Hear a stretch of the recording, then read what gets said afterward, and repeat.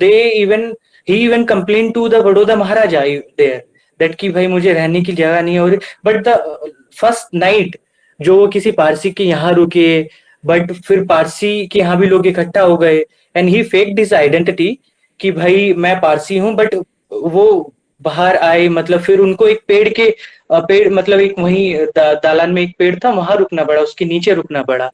तो उसके बाद वो हाँ, उसके बाद उससे जुड़ा हुआ एक और इंसिडेंट है, जब 10 साल की उम्र में उन्हें घर पे जब वो थे और वो स्कूल में थे और उन्हें एक चपरासी का पियोन का वेट करना पड़ता था कि भाई मुझे अपना जो है पानी मुझे पीना है, उससे पहले पियोन आएगा वो ग्लास में इनके देगा, उससे पहले नहीं तो पानी को टच भी नहीं कर सकते थे। तो एक बड़ा वो घर आए, वो चूंकि उस टाइम सतारा में रहते थे, महू में पैदा हुए, बट हाँ उनके पिताजी चूंकि सूबेदार थे आर्मी में, तो वो सतारा में रहते थे। तो उन घर पे हुआ कि घर पे जब वो आए तो उन्होंने मम्मी से पूछा कि पापा कहाँ हैं, तो पता चला कि भाई पिताजी तो पूरे गांव के लिए उधर एक बड़ा सा कि पूरे गांव को एक वो मिल सके, पानी की व्यवस्था हो सके, उसके लिए टंकी बना रहे हैं। तो ये बहुत आयरोनिकल था।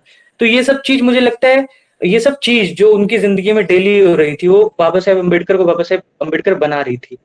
ठीक है, मतलब हाँ उनके भीतर की जो चीजें थी, जो गुस्सा था समाज को लेके, उन्होंने कई बार उसको लिखा, कई बार रिफ्लेक्ट किया। तो मुझे लगता है कि हम लोग सोसाइटी में हैं, समाज में हैं, ठीक है, बट और बाबा साहेब अम्बेडकर हमारे लिए कुछ एक दिन की बात तो है नहीं कि हम लोग आज आ जाएंगे। 6 दिसंबर होगा, 14 अप्रैल होगा, 14 अक्टूबर होगा, और हम लोग एक दिन आ जाएंगे और उनको उनके ऊपर बात करेंगे कि क्या था। वो सही बात है, एक दिन उनका रिमेम्बरेंस बहुत जरूरी है, but Baba Sahib is the personality which we have to remember, like which should be remembered every day, like every moment, जहां भी हमें स्ट्रगल की बात होगी, जहां भी कुछ चीजों की बात होगी। तो यही कुछ कुछ बातें। और मुझे लगता है कि बाबा साहेब अम्बेडकर का कॉन्स्टिट्यूशन में रोल, कॉन्स्टिट्यूशन उन्होंने जिस तरह से बनाया, उस पे वो भी बहुत मतलब डिबेटेबल हुआ। मैं काफी पहले से पढ़ रहा था, काफी चीज बहुत बहुत डिबेटेबल चीजें, because constitution is something, because constitution के बारे में भी वो कहीं उनका बहुत वैसा मत था। ठीक है कि भाई धीरे बहुत चेंज भी हुआ, लास्ट होते होते उन्होंने ये भी बोला कि भाई इफ दिस विल ये एडमिस्ट मतलब ये लास्ट असेंबली, उनका कॉन्स्टिट्यूट असेंबली का last speech is very much important, where he said that constituent assembly मतलब कॉन्स्टिट्यूशन बनना इज वन थिंग, बट इसका implementation that will reflect, like that will show how much efficient the constitution is. But we have seen that how much constitution को कैसे, मतलब बहुत सी जगह ऐसा हुआ कि भाई कुछ भी मतलब इक्वालिटी की मांग को लेके कुछ भी चीजें हुई, कुछ भी प्रोटेस्ट हुए या कुछ भी चीजें हुई, उसमें कॉन्स्टिट्यूशन का इस्तेमाल किया गया। तो मुझे लगता है कि कॉन्स्टिट्यूशन सिर्फ एक रिडक्शनिस्ट अप्रोच रख के कॉन्स्टिट्यूशन को हमें कि बाबा साहेब अम्बेडकर वाज एक constitutionalist, he was a like he was part of the constitution assembly, सबसे ज्यादा उनका हिस्सेदारी थी, वो ड्राफ्टिंग कमेटी के चेयरमैन थे। बट जब आप कॉन्स्टिट्यूएंट असेंबली की डिबेट पढ़ते हो तो पता चलता है कि सिर्फ उनकी जो बातें हैं वो कितनी उसमें इंक्लूड हुई या कितनी वो करवा पाए। ऑब्वियसली मतलब हाँ काफी मुश्किल था। उनका जो हिंदू कोड बिल है that is his original idea, मतलब about the society, that is उनका जो स्टेट एंड माइनॉरिटी है, जो उन्होंने अपनी असली राइटिंग लिखी, अगर आप देखोगे तो उसमें मुझे लगता है I don't think that there is more than 10% in even in the constitution जो स्टेट एंड माइनॉरिटी में वो बात लिखते हैं। तो उनके ऊपर प्रेशर था, सही बात थी कि जल्दी से कॉन्स्टिट्यूशन को रखना है, जल्दी अपनी कॉन्स्टिट्यूशन को करा, ये क्या कहते हैं, कॉन्स्टिट्यूशन को जल्दी जितना जल्दी हो सके बनाने। बट वो उनके ओरिजिनल थॉट्स नहीं थे, ओरिजिनल थॉट्स उनके उनकी किताबों में, उनकी राइटिंग्स एंड स्पीचेस के जरिए हम लोग को क्लियरली दिखते हैं। तो कई चीजें थी, मतलब मुझे लगता है कि मुझे जो ऑब्वियस चीजें हैं, जो उनकी वेल नोन चीजें हैं कि भाई उन्होंने हिंदू राज के बारे में क्या बोला, उसमें बोलने की जरूरत नहीं है। बट मुझे लगता है कि the problem is with appropriation, like everyone does it. Baba Saheb का appropriation I won't be like, मैं उसको लेके कोई वो नहीं करूंगा, किसी भी पार्टी के लोग, किसी भी आइडियोलॉजी के लोग वो करते हैं।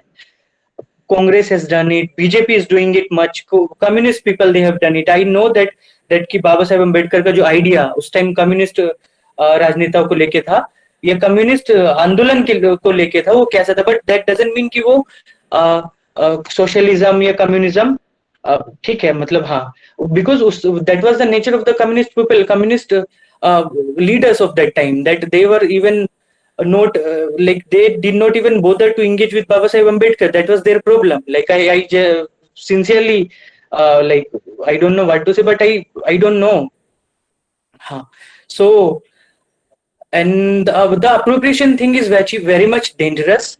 Baba Sahib is a great personality and also very complex, like not complex but very, उनके आइडियाज बहुत चेंज हुए। वो जो 1926 में लिख रहे हैं, वो 1946 में जाके क्या लिख रहे हैं, तो ही Baba Saheb Ambedkar is evolving day by day, all evolving and changing his ideas.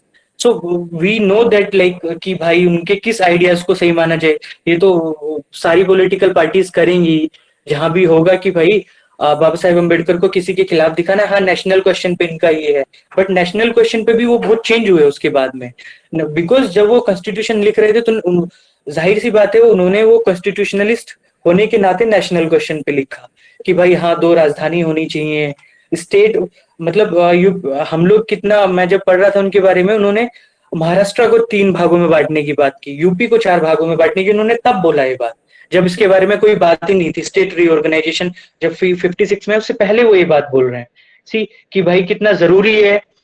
तो वो तो बाबा साहेब अम्बेडकर एज उनकी मतलब पर्सनैलिटी के बतौर वो कितना इस देश के बारे में, मतलब उनके वो केयर करते थे, अपनी सोसाइटी के बारे में, और ओवरऑल कोई भी ऐसी कम्युनिटी, कोई भी ऐसा जेंडर जो प्रिविलेज ना हो, जिसको हमेशा से दबाया गया, मतलब जाहिर बात है हमेशा से पीछे रखा गया, हमेशा से उनको दोयम दर्जे का रखा गया, उसको लेके वो बोले, उन्होंने कई बार बोला, मतलब इसको लेके तो हाँ। और दूसरी बात है मतलब कि भाई हम लोगों को बाबा साहेब अम्बेडकर को कॉन्स्टिट्यूशन की नजर से, मतलब हाँ, वैसे कॉन्स्टिट्यूशन मैं कई बार इस बात को बोला, बट सिर्फ उसकी नजर से देखना, उसको थोड़ा मुझे लगता है कि he is a social reformer, social revolutionary, he is a humanist, international humanist, जो इस बात को बोलते हैं कि भाई हम लोग को और उनपे और कई लोगों का, जॉन डेवी का प्रभाव कितना था, ये बहुत ऑब्वियस ही बात है, सिर्फ प्रभाव नहीं, वो कई बार वो एंगेजमेंट भी रहा उन लोग, जॉन डेवी का उनके साथ, या फिर इंटरनेशनल कम्युनिटी से वो किस तरह का एंगेजमेंट कर रहे हैं। या मैं भी जैसे अपने असाइनमेंट था उसके लिए पढ़ रहा था कि डब्ल्यू ई डुबोइस जो उस टाइम के ब्लैक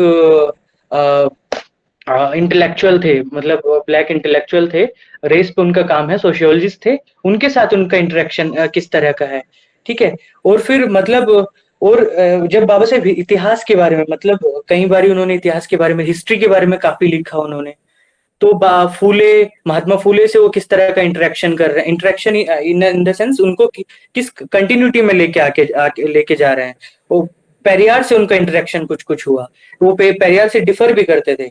हम लोग को ये भी गलती करते हैं कि शायद हम लोग इंटेलेक्चुअल क्लब बनाते हैं कि भाई हाँ बाबा साहेब अम्बेडकर, हम लोग को इंटेलेक्चुअल डिफरेंशिएशन अगर करना है तो मुझे लगता है ये बहुत जरूरी होगा किसी के भी आइडिया के रेलेवेंस को जानने के लिए। मतलब हाँ सही बात है, बाबा साहेब अम्बेडकर का, फूले का आइडिया, पेरियार का आइडिया लगभग सेम था, but there are dissimilarities, there are many dissimilarities. Word Phule द्विज और नॉन द्विज की जैसे बात करते थे, बाबा साहेब अम्बेडकर का दूसरा मामला टचेबल एंड नॉन टचेबल का मामला। फिर पेरियार मतलब there are debates in the Wire, 3-4 article उसमें लगातार हुआ कि लिखे गए कि भाई द वायर पेरियार को लेके बाबा साहेब अम्बेडकर का कैसा डिफरेंस था, ठीक है। बाबा साहेब पेरियार की जो द्रविडियन आर्यन थ्योरी है उसको लेके कई बारी मतलब Baba Saheb Ambedkar also he was not satisfied with the idea, but still like and also like if हम लोग उनको भगत सिंह से इंटेलेक्चुअल क्लब करते हैं कि भाई हाँ भगत सिंह का आइडियाज, भगत सिंह मुझे लगता है कि हाँ सही बात है, but Bhagat Singh is not the person जो अनटचेबिलिटी पे उतना मुखर होके बोले, उनका फर्स्ट हैंड अकाउंट कभी नहीं रहा। मतलब अगर किसी लोगों को बुरा लगे, मतलब सॉरी फॉर दिस, बट मुझे लगता है कि मैं इसमें एंगेज भी करना चाहूंगा, because I have never read something where like Bhagat Singh का अनटचेबिलिटी पे एक बड़ा सवाल उन्होंने मतलब कई बारी एक बारी द क्वेश्चन ऑफ अनटचेबिलिटी पे लिखा बट उसकी अगर आप मेथोडोलॉजी पे जाओगे वो एकदम मतलब एक आउटसाइडर पर्सपेक्टिव कैसा हो सकता है, अनटचेबिलिटी की। भगत सिंह अपने कास्ट के लोगों को जेन्युइनली मतलब समझाने की कोशिश करे कि this is also the problem जो आप लोगों के भीतर है। एक आर्य समाजी इन्फ्लुएंस ऑल्सो भगत सिंह में उस टाइम दिख रहा है, ठीक है। बट बाबा साहेब अम्बेडकर ने थोरोली इस पे काम किया, मतलब उसमें हम लोगों को ये भी कि भगत सिंह और अम्बेडकर का आइडिया ऑब्वियसली कास्ट पे सेम नहीं था। भगत सिंह और अम्बेडकर का आइडिया जाहिर तौर पे कई चीजों पे सेम नहीं था। बट भगत सिंह और अंबेडकर अगर अनटचेबिलिटी पे बात करेंगे तो Ambedkar has given many solutions to caste question. Bhagat Singh ने सिर्फ अपने अपने मतलब अपने लोकेशन से उस क्वेश्चन को उठाया, लोगों को बताने की कोशिश की, जो कि बहुत जरूरी था उस टाइम। मुझे लगता है कि कोई भी सोकोल्ड अपर कास्ट के लोग ये सब भी नहीं कर रहे थे। लाला लाजपत राय की क्या पोजीशन थी, बाल गंगाधर तिलक की क्या पोजीशन थी, सबको पता है, ठीक है। फिर धीरे धीरे हाँ ये भी कि नेहरू, अंबेडकर, गांधी या वल्लभ भाई पटेल, ऑब्वियसली मतलब देर आर लेकिन जब देर आर डिसिमिलैरिटीज। बट जब हम बाबा साहेब अम्बेडकर के आइडियाज पे बात करेंगे तो मुझे लगता है कि उनके थॉट्स वो अवेलेबल है हर जगह, हम लोगों को सबको पढ़ने चाहिए। बहुत उनके चेंजिंग थॉट्स भी जो कि बार बार धीरे धीरे चेंज हो रहे हैं लोग के चीजों के हिसाब से। मुझे याद है कि भाई मतलब मैं एक जो चीज पढ़ रहा था कि भाई जब वो बुद्धिज्म, क्योंकि उनके पास कई तरह के 1936-35 में जब उन्होंने बोला कि मुझे ये धर्म में नहीं रहना, मुझे हिंदू धर्म छोड़ना है, ठीक है। तो फिर 1956 में उन्होंने जाके 14 अक्टूबर को विजयदशमी हाँ विजयदशमी के दिन अपना मतलब ये कन्वर्जन किया। उससे पहले जैसे ये हो रहा था कि भाई बुद्धिस्ट जो लोग थे वो सिर्फ उनके पास नहीं गए थे, बाकी हर तरह के लोग गए कि हाँ भाई आप हमारा धर्म को स्वीकार कीजिए। तो एक ये भी था कि उन्होंने अपना जो जब ये बुद्धिज्म की जो नई धारा थी नवयाना, उसको जो बाहर बाहर लोगों के सामने लाया और मास कन्वर्जन जब किया, तो बहुत से Buddhist lama like they were also very unhappy with the Baba Saheb Ambedkar new interpretation of Buddhism, because उन्हें पहले लगा कि वो एक एथिस्ट इंसान है और वो क्यों क्या कहते हैं बाबा साहेब क्या कहते हैं बुद्धिज्म में आके अपने इस तरह से हम लोग हमारे जो लोग हैं उनको इन्फ्लुएंस करने की कोशिश कर रहे हैं। ये एक बात थी। बट फिर धीरे धीरे उन्होंने मतलब ये ऐसा हुआ कि कई बुद्धिस्ट लामा लोग उन्होंने उनके खिलाफ लिखा। बट धीरे धीरे बुद्धिज्म जो नवयाना बुद्धिज्म है वो इन्फ्लुएंस करने लगा। और हाँ ये चीज मतलब स्टैब्लिश हुई कि भाई हम लोग बाबा साहेब अम्बेडकर बाबा साहेब अम्बेडकर का बुद्धिज्म एक दूसरे तरह का बुद्धिज्म है, जिसमें हाँ थोड़ा एलिमेंट है, उन्होंने थोड़ा फिर पंचशील का सिद्धांत दिया और धीरे धीरे फिर वो जो 22 प्रतिज्ञाएं जो, बट धीरे धीरे उसकी स्प्रिट मतलब धीरे धीरे मुझे लगता है कि इसमें Gopal Guru has also written an article in EPW की भाई धीरे धीरे उस स्प्रिट पे धीरे धीरे लोगों का कब्जा हुआ। मतलब हिंदूवादी लोगों ने जो महाराष्ट्र में जो बुद्धिस्ट महार थे धीरे धीरे उन लोगों को अप्रोप्रिएट करने की कोशिश की। संत तुकाराम हुए, नामदेव हुए, एक पूरी भक्ति विचारधारा धीरे धीरे ज्योतिबा फुले के साथ। तो ये ऑब्वियस है कि ये होगा ही अप्रोप्रिएशन की बात। बट मुझे लगता है कि इसके साथ साथ हमें उनके ओरिजिनल आइडियाज जो हैं वो उनको नहीं भूला जाना चाहिए। उन्होंने जो लिखा, उन्होंने जो सोचा और जो समझा। और मुझे यही अभी तो इतना ही समझ में आ रहा है तो मैं इतना ही बोलूंगा। धीरे धीरे बात आगे बढ़ेगी तो आई हैव मोर टू से, बट वो धीरे धीरे आगे बढ़ेगी तो हम लोग उसको मतलब दोबारा सोच उस पे बात करेंगे। Thank you, Bhaiya, for stating facts, and yes, you have shared your views portraying the reality. Now, I would request Mr. Vikas Singh Gautam, who is a PhD scholar in Center of Philosophy, JNU, and representing ABP JNU, to share his views. धन्यवाद सभी को एक बार, और अंशुल को धन्यवाद, Ajit sir को धन्यवाद, रिफत को धन्यवाद। और आप लोगों ने एक बढ़िया एक जो इनिशिएटिव किया है समता को लेकर, और अंबेडकर की क्या भूमिका थी कल और वर्तमान संदर्भ में कितना जो कितना हम अंबेडकर को समझ पाए, हमारी सोसाइटी कितनी समझ पाई, उस चीज को समझना पड़ेगा। तो सबसे पहले मैं बाबा साहब की एक दो मुख्य पुस्तकें हैं उन पर प्रकाश डालना चाहूंगा। थोड़ा सा प्रॉब्लम को मैं पुरानी प्रॉब्लम को पे प्रकाश डालूंगा, उसके बाद अभी जो करंट सिनेरियो है उस पर आऊंगा।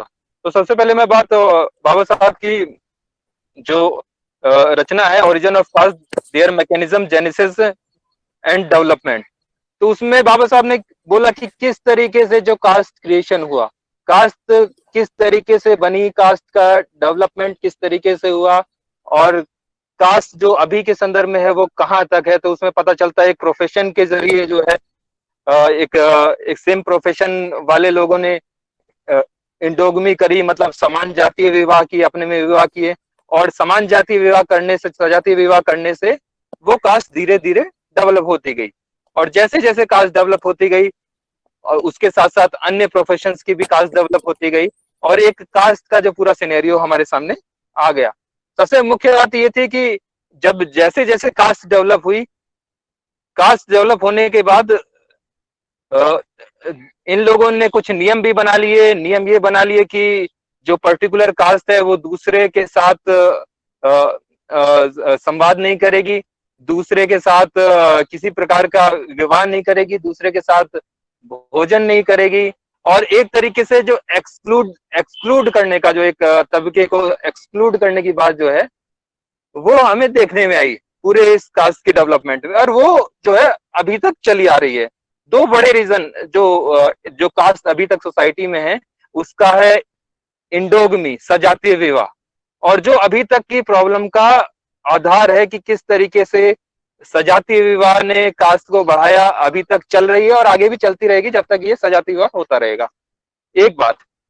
दूसरी बात, एक्सोगमी पर कभी बल नहीं दिया गया। बहिर्विवाह जो प्रोफेशन आगे चल के जो कास्ट बन गई, उसमें बहुविवाह में कोई कभी जोर नहीं दिया गया। एक दो हमें मैरिजेस के कॉन्सेप्ट मिल जाते हैं, वो अनुलोम विवाह हो गया है, प्रतिलोम विवाह हो गया, वो भी विपरीत परिस्थिति में एक दो एक्सेप्शन के केस पे होता था। तो इस चीज को समझना पड़ेगा। अंबेडकर ने कास्ट की इस प्रॉब्लम को समझा, उसके बाद उन्होंने अपनी जो नेक्स्ट रचना थी एनालिसिस ऑफ कास्ट में सॉल्यूशन के रूप में आए। यहाँ पर हमें देखना होगा कि अंबेडकर को एक एज ए रिफॉर्मिस्ट के तौर पे देखा जाता है कि हिंदू सोसाइटी को एज ए रिफॉर्म लाने के लिए उतना कितना काम किया। तो एनालिसिस ऑफ कास्ट में उन्होंने सबसे जो बड़ा कास्ट का बैरियर था, जिस वजह से कास्ट डेवलप हुई थी, जो सजातीय विवाह था, जो सेम कास्ट मैरिजेस थी, उनका विरोध किया और बोला कि जब तक सेम कास्ट मैरिजेस होती रहेंगी तब तक कास्ट डेवलप होती रहेगी। उसके बाद इंटरडाइनिंग, उन्होंने इंटरडाइनिंग की बात की कि जब तक इंटरडाइनिंग नहीं होगी तब तक हमारे अंदर हम किसी भी अन्य जाति के लोग से जो है जब तक साथ में खाना नहीं खाएंगे तब तक आत्मीयता का भाव नहीं आएगा, उनके अंदर एक सोशल हार्मोनी जो है वो डेवलप नहीं होगी। तीसरा उन्होंने बात की थी कि जो बर्थ बेसिस पे जो प्रोफेशन है वो नहीं होने चाहिए। एग्जाम्पल के तौर पे जो प्रीस्ट का सिलेक्शन होता है, जिसपे एक पर्टिकुलर कास्ट का जो हेजेमनी ऐसी डेवलप सोसाइटी के द्वारा हो गई थी, तो उसको उन्होंने विरोध किया और बोला कि ये स्टेट की जिम्मेदारी होगी कि स्टेट एक एग्जाम के थ्रू जो है पर्टिकुलर एक प्रीस्ट को तय करे, और जो प्रीस्ट किसी भी कम्युनिटी का हो सकता है, एक बुद्धिमत्ता के आधार पे जो है उस प्रीस्ट का चयन होना चाहिए। तो इस तरीके से जो बर्थ बेसिस पे ऑक्यूपेशन था, बर्थ बेसिस पे प्रीस्टशिप थी, उसको उन्होंने अंकुश लगाने के लिए ये सुझाव भी दिया। और दूसरा एक बड़ा उदाहरण देते हुए कहते हैं कि जिस तरीके से हम अन्य प्रोफेशंस को चुनते हैं, जिस तरीके से इंजीनियर्स के लिए एग्जाम होता है, डॉक्टरी के लिए एग्जाम होता है, उस तरीके से प्रीस्टशिप का भी एग्जाम होना चाहिए। और सबसे बड़ी बात ये थी कि उन्होंने ये सारी चीजें स्टेट पे छोड़ दी कि स्टेट इसकी जिम्मेदारी ले कि कैसे भी किसी भी तरीके से जो इंटरकास्ट मैरिजेस को प्रमोट करे, इंटरडाइनिंग को प्रमोट करे, और जो सोशल हार्मनी की जो बात अंबेडकर करते हैं वो कैसे सोसाइटी में आए। ये उस समय का अंबेडकर का सुझाव था। हालांकि इसमें जो है कुछ सुधारवादी कार्यक्रम भी हुए मगर इतना सफल नहीं हो पाए। सबसे बड़ी बात है जब हम कास्ट की करेंगे तो कास्ट प्राइड की जाती है, जो purity of blood. Purity of blood कैसे होता है? अब एंडोगमी कर ली, एक सेम कास्ट में मैरिजेस कर ली, तो उनके पास पीछे एक लॉजिक होता है कि जो ब्लड की प्योरिटी है वो बनी रहेगी। अंबेडकर ने इसी ब्लड की प्योरिटी के अगेंस्ट थी कि जो ये ब्लड की प्योरिटी है ये कोई ओरिजिनल कॉन्सेप्ट नहीं है, सिर्फ ये बनी बनाई धारणा है, और उसी को खत्म करने के लिए जो अदर कास्ट में मैरिजेस होनी बहुत जरूरी है, इंटरकास्ट में मैरिजेस होना बहुत जरूरी है। और उसके बाद बाबा साहब आते हैं कि रिलीजियस जो है, रिलीजियस सोशल, जो सोशल डेमोक्रेसी की बात करते हैं, उसमें बोलते हैं कि लिबर्टी, इक्वलिटी, फर्टर्निटी, कि किस तरीके से समाज में एक प्रत्येक व्यक्ति को स्वयं की स्वतंत्रता होनी चाहिए, एक सोशल हार्मनी की जब बात करते हैं, एक आत्मीयता की भावना होनी चाहिए, बंधुत्व की भावना वो होनी चाहिए। वो जब ही होगी जब जो उन्होंने कुछ सुझाव दिए थे हिंदू धर्म में रिफॉर्मिस्ट के तौर पे, जब तक हम इम्प्लीमेंटेशन उनका नहीं करेंगे तब तक जो है ये सारे सुझाव नहीं हो, ये सारे जो अम्बेडकर ने जो भी सुझाव दिए उनका वास्तविक रूप से यथार्थीकरण नहीं होगा, प्रैक्टिकल लाइफ में हम नहीं इम्प्लीमेंट कर सकते हैं। अब वर्तमान परिस्थिति को आप देख सकते हैं कि किस तरीके से जो बाबा साहब ने 1935 और 36 में जब एनिहिलेशन ऑफ कास्ट लिखा, उसके बाद अभी तक क्या इंटरकास्ट मैरिजेस हमारी सोसाइटी में हो पाई हैं? इंटरकास्ट मैरिजेस के नाम पे एट्रोसिटीज होती हैं, लड़के को मार दिया जाता है, लड़की को मार दिया जाता है, क्योंकि हम अभी तक कास्ट प्राइड में डूबे हुए हैं। हम इस सेमिनार के माध्यम से एक अच्छी बात करेंगे, कास्ट को खत्म करने की बात करेंगे, और इस सेमिनार के बाद सारी बातें खत्म हो जाएंगी। फिर हम अपने फ्रेंड्स में जाएंगे, हम अपने सरनेम के साथ सिमिलरिटी देखते हैं, हम किसी भी काम को कराने के लिए सरनेम देखते हैं, पीएचडी में एडमिशन कराने के लिए सरनेम देखते हैं, कोई भी काम होता है सरनेम देखते हैं। तो जब तक ये फिनोमिना है, ये जो एक भाव हमारे अंदर आ गया है कास्ट को लेके, वो तब तक नहीं जाएगा, तब तक हम जो है हम बाबा साहब के जो एनिहिलेशन ऑफ कास्ट के विचार को आगे नहीं बढ़ा सकते। मैं बड़ा प्रैक्टिकल बात करता हूँ। आज 70 से 80 साल हो गए एनिहिलेशन ऑफ कास्ट के आए हुए, कितना इम्प्लीमेंटेशन हुआ? आप बता सकते हैं कितना इम्प्लीमेंटेशन हुआ? इंटरकास्ट मैरिजेस होती हैं, अगर लोग कहते हैं इकोनॉमिकल स्टेटस सुधरा है, इकोनॉमिकल स्टेटस इक्वल होने के बावजूद भी people are preferring their own caste. ऐसी बात नहीं है कि सिर्फ अपर कास्ट में प्रॉब्लम है, ये कास्ट प्रॉब्लम लोअर कास्ट में भी है, ओबीसी कास्ट में भी है। तब एग्जाम्पल के तौर पे आप देख सकते हैं कि ओबीसी कास्ट में भी आपस में शादी नहीं करते, एससी में भी आपस में शादी नहीं करते। तो जो अम्बेडकर का आइडिया था वो समता का, जिस पर आज का ये पूरा सेमिनार है, कि समता का भाव उत्पन्न कैसे होगा। फिर दूसरा ये विषय आता है कि आप एक और एग्जांपल दूंगा मैं, इसकी थोड़ी सी बात को आगे बढ़ाऊंगा, कि जो एक होता है, आपने कभी मैट्रिमोनियल साइट्स देखी होंगी, मैट्रिमोनिकल, चाहे इंटरनेट वाली वेबसाइट्स हो या फिर एडवर्टीजमेंट जितने भी होते हैं, उसमें इक्के दुक्के इंटरकास्ट मैरिजेस के आते हैं वो कॉलम, उसमें लिखा होता है कि नो कास्ट बैरियर, उसमें भी लिखा होता है कि जो है क्या पता लड़के में कोई डिफेक्ट है या लड़की में कोई डिफेक्ट है या किसी तरह की समस्या चल रही है। तो सेम जो पहले होता था प्रतिलोम विवाह वाला, जो वो कंडीशन पहले रखी जाती थी वो भी अभी रखी जा रही है, कोई बड़ा परिवर्तन नहीं आया। मॉडर्न सिटीज में हम देख सकते हैं कि भाई जो है कुछ मैरिजेस हो जाती हैं उन्हें एग्जाम्पल के तौर पे, मगर जो एक इंटेलेक्चुअल तबका है अभी भी कास्ट की जो प्रिविलेजेस हैं उसे छोड़ना नहीं चाहता। ये बात हमको स्वीकार करनी होगी, मानोगे तो भी ठीक है, नहीं मानोगे तो भी ठीक है। जो इस संदर्भ में प्रश्न होंगे वो मेरे से बाद में पूछ सकते हैं। अब मैं बात करता हूं कि इसके लिए सॉल्यूशन क्या हो सकते हैं वर्तमान संदर्भ में।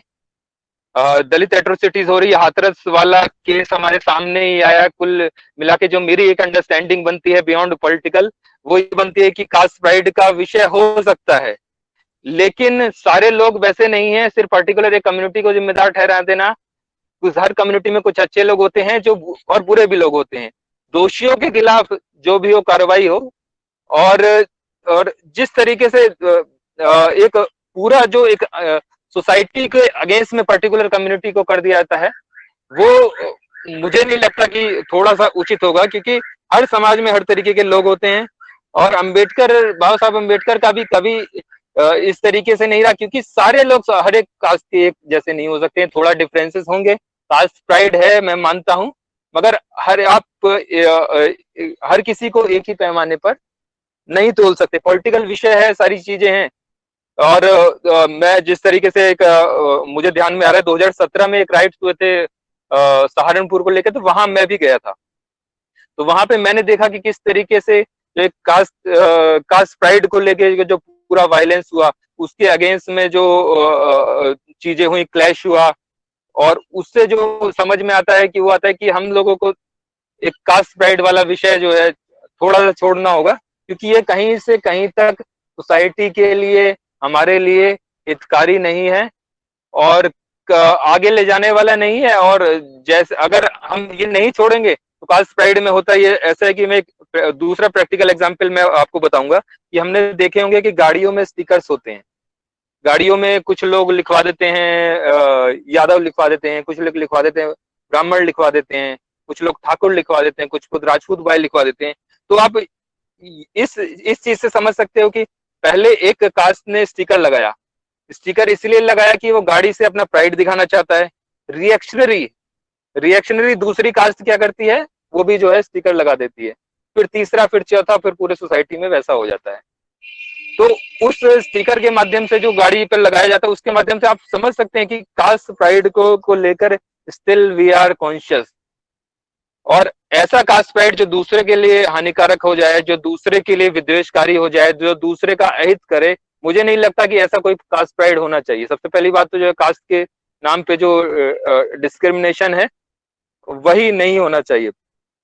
तो जो सोशल हार्मनी की बात जो बाबा साहब करते हैं, इक्वालिटी, लिबर्टी, फर्टिलिटी की बात करते हैं, और जब तक कास्ट धीरे धीरे अपने बेसिक रूल में नहीं आएगी, एज ए प्रोफेशन नहीं आएगी, तब तक थोड़ा सा जो है संकल्पना मुश्किल है। अभी इंटरकास्ट मैरिजेस कितनी हो रही हैं, आप एक सर्वे भी देख सकते हैं, शायद जेएनयू के काफी लोगों ने इस पर शोध कार्य भी किया होगा।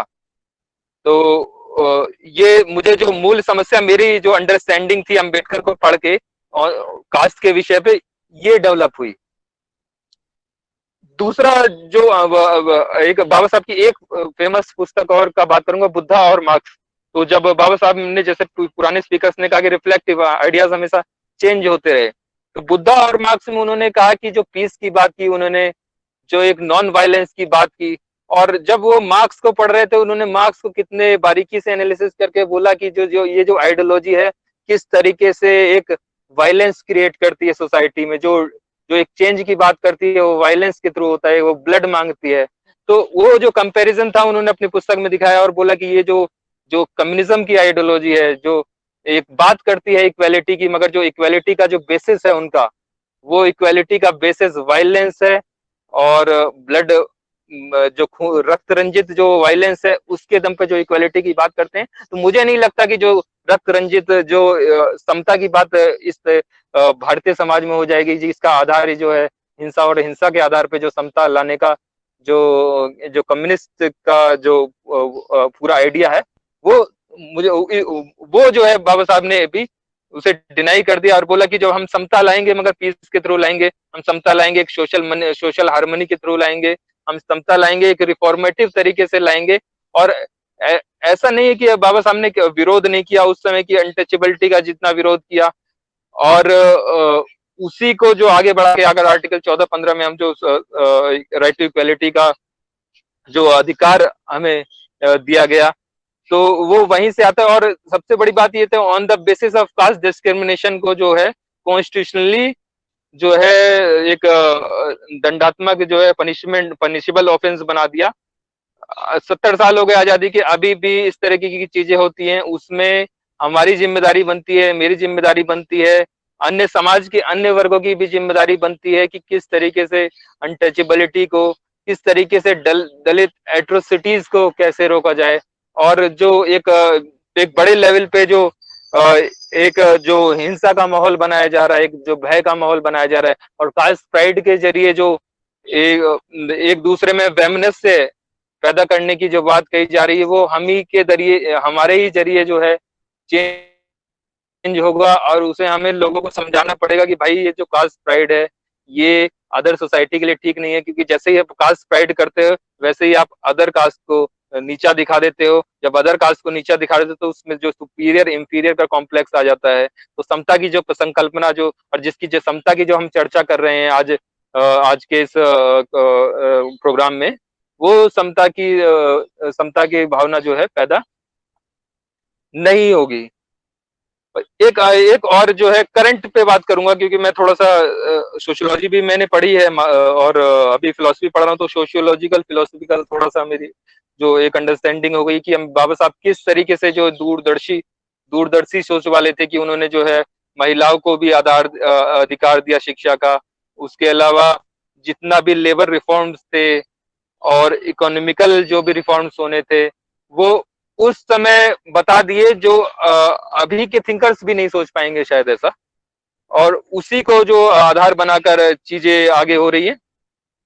एक वर्तमान संदर्भ में एक और मैं जो मुद्दा उठाना चाहूंगा कि अंबेडकर को सिर्फ दलितों से आइडेंटिफाई नहीं कर सकते हम। एक सिंबॉलिक जो दलित, अंबेडकर के साथ जहां अंबेडकर की बात आएगी वो दलित की बात आएगी, ऐसा जो फिनोमिना हमने सोसाइटी में बना दिया है वो मुझे लग रहा है कि ठीक नहीं है। क्योंकि अंबेडकर ने विमेंस की भी बात, विमेंस एजुकेशन की भी बात की, अंबेडकर ने लेबर्स रिफॉर्म्स की बात की, मजदूरों की भी बात की, उसके अलावा इकोनॉमिक रिफॉर्म्स की भी बात की। तो इकोनॉमिक रिफॉर्म के जरिए, लेबर रिफॉर्म के जरिए, महिलाओं को शिक्षा दिलाने के अधिकार के जरिए अंबेडकर को एक जो है अंबेडकर को देखना चाहिए सिर्फ एक दलित रिफॉर्मिस्ट के तौर पे, दलित थिंकर के तौर पे, दलित फिलोसफर के तौर पे नहीं देखना चाहिए। मेरे साथियों ने काफी सारी बातें बोली, कुछ बातों से मैं कुछ बातों से सहमत भी हो सकता हूँ क्योंकि डिफरेंसेस हमेशा होते हैं।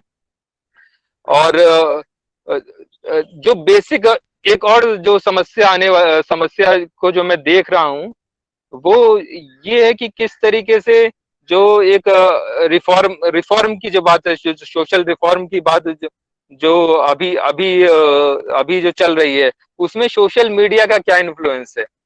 सोशल मीडिया किस तरीके से जो एक कास्ट को बढ़ा रही है, ये मेरा खुद का मानना है।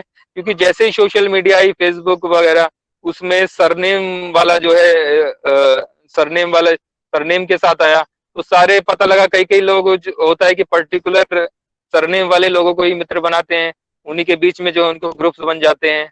और ये ग्रुप्स प्रैक्टिकल लाइफ में भी होते हैं। तो इसका रिजल्ट हम देख सकते हैं कि जो जितने भी अलग अलग जातियों के जो समूह हैं, ये फलाना महासंघ, संघ XYZ महासंघ, तो ये व्यक्तिगत पर्टिकुलरली अपना कास्ट का ग्रुप तो बना लेते हैं, लेकिन जैसे ही वो कास्ट अपने कास्ट का ग्रुप बनाते हैं तो अन्य कास्ट को जो है एक्सक्लूड कर देते हैं।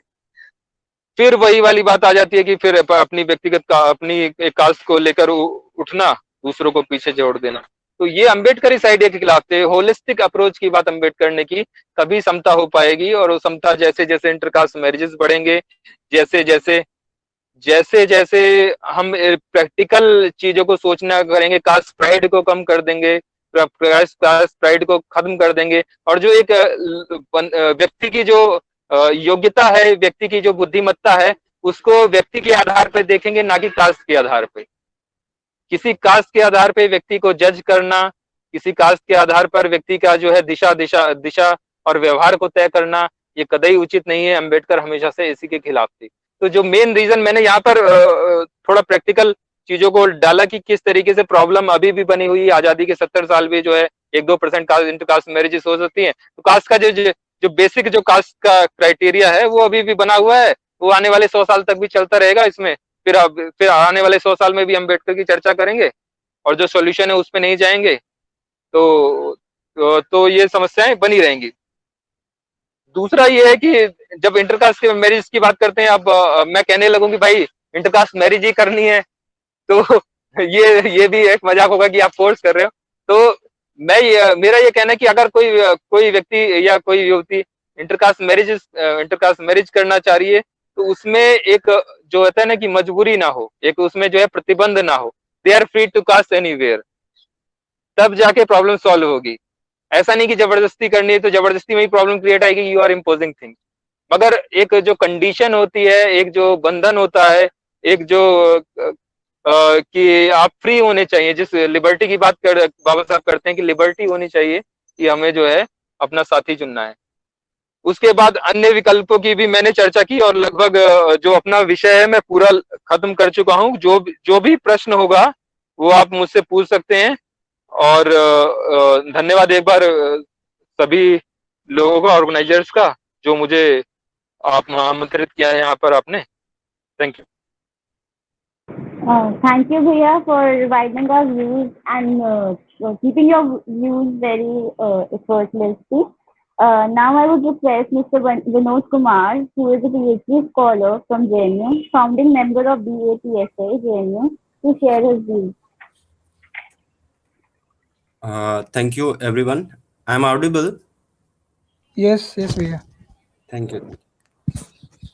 So, first of all, I would like to extend my thanks to the organizer who have given me opportunity to speak on the issue Ambedkar Aaj or Kal.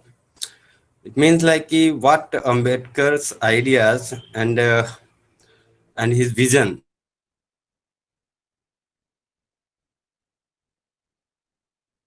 First of all यहाँ पे जितने भी speakers लोगों ने अपनी बात रखी, हाँ काफी अच्छे तरीके से बात रखी, लेकिन यहाँ पर सिर्फ जो है इफेक्ट की बात हुई है, लेकिन जो कॉज है वो कॉज के बारे में मुझे लगता है ज्यादा बात नहीं हुई। तो मैं अंबेडकर का जो रिलेवेंस है आज के कॉन्टेक्स्ट में, तो कास्ट और जेंडर और नेशन, ये तीन जो एस्पेक्ट है, उन एस्पेक्ट के सराउंडिंग्स मैं अपनी बात रखूंगा। तो प्रॉब्लम यहाँ पर लाइक कास्ट के ओरिजिन की बात है, या फिर कास्ट का जो स्ट्रक्चर है, या फिर कास्ट की जो प्रॉब्लम है आज, वो क्या है। जैसे बाबा साहब बोलते हैं कि कास्ट जो है एक ascending order of reverence and descending order of contempt. It means like कि आप अगर जो कास्ट हायरार्की में, इस ग्रेडेड इनइक्वालिटी में आप अगर जो अपर कास्ट हैं, then you will be respected, और जैसे ही जैसे आप नीचे जाते हैं आपका रिस्पेक्ट घटता जाता है, और वो भी ग्रेडेड रहता है। तो ये ग्रेडेड इनइक्वालिटी जो इनबिल्ट है इंडियन सोसाइटी में, उस चीज को समझना बहुत जरूरी है।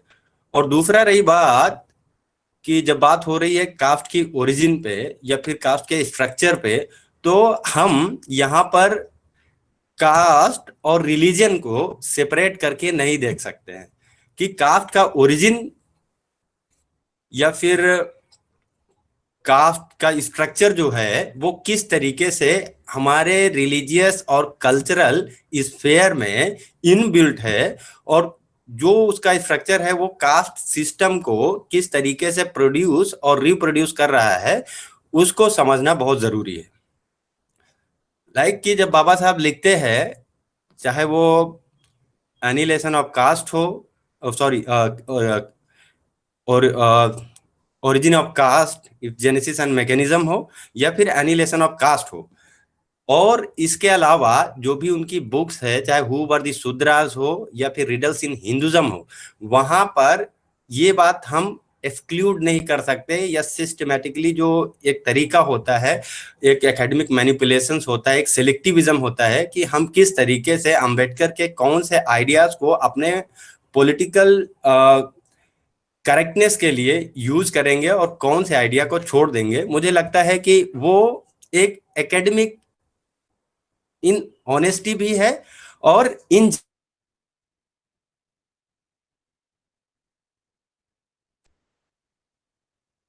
कास्ट की caste is a problem. Caste इस सोसाइटी का बड़ा प्रॉब्लम है और रूट प्रॉब्लम है सभी सोशल इविल्स का। तो वहां पर अंबेडकर ये भी बोल रहे हैं कि intercaste dining and intercaste marriages may be the effective tool, but the very sanctity and legitimacy of the caste is inbuilt in the basic religious structure of the Hinduism। इसीलिए बाबा साहब annihilation of caste में भी बोल रहे हैं कि for the annihilation of caste you have to overthrow the sanctity of the shastras and other grants of the Hindu religious scriptures। So उस context में मुझे लगता है कि हम लोगों को ये देखना चाहिए कि Ambedkar here is not talking just about social reform, he is talking about the social transformations। He is very much well aware in his writing and in his thought कि what kind of social structure and what kind of religious structure we have, within this we cannot emancipate the most depressed and suppressed community of this country now, which is called as a Dalit।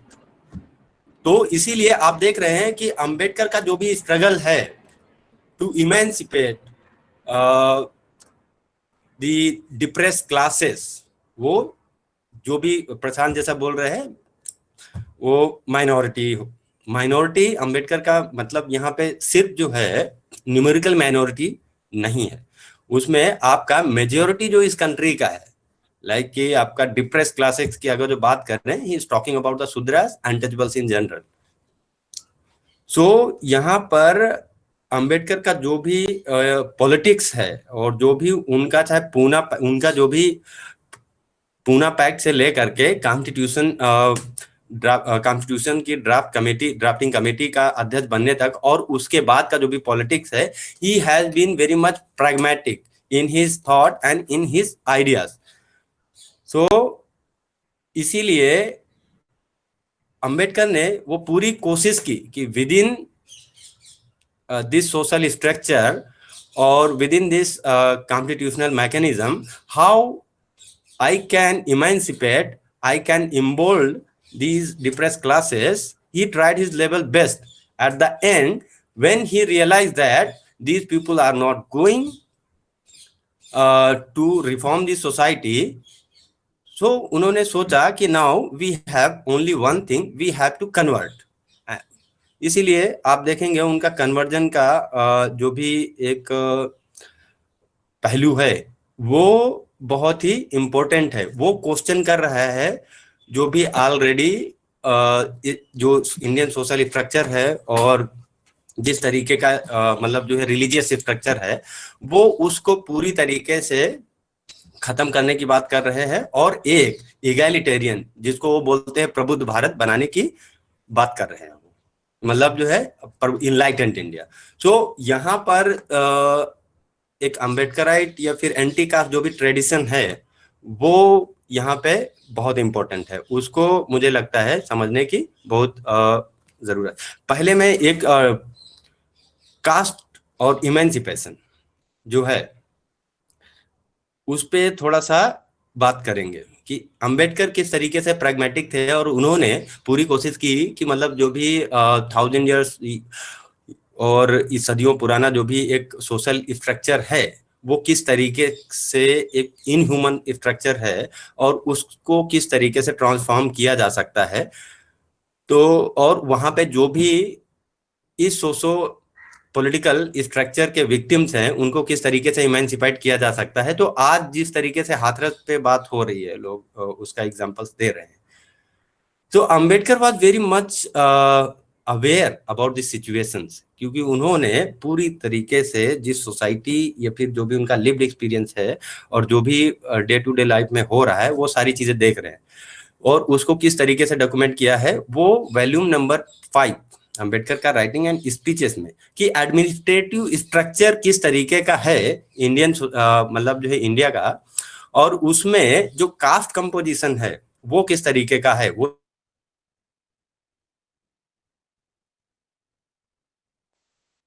So state apparatus का भी एक cast character है जहां पर you will find the over representations of upper caste and lower representations of the lower caste and under representation of the lower caste.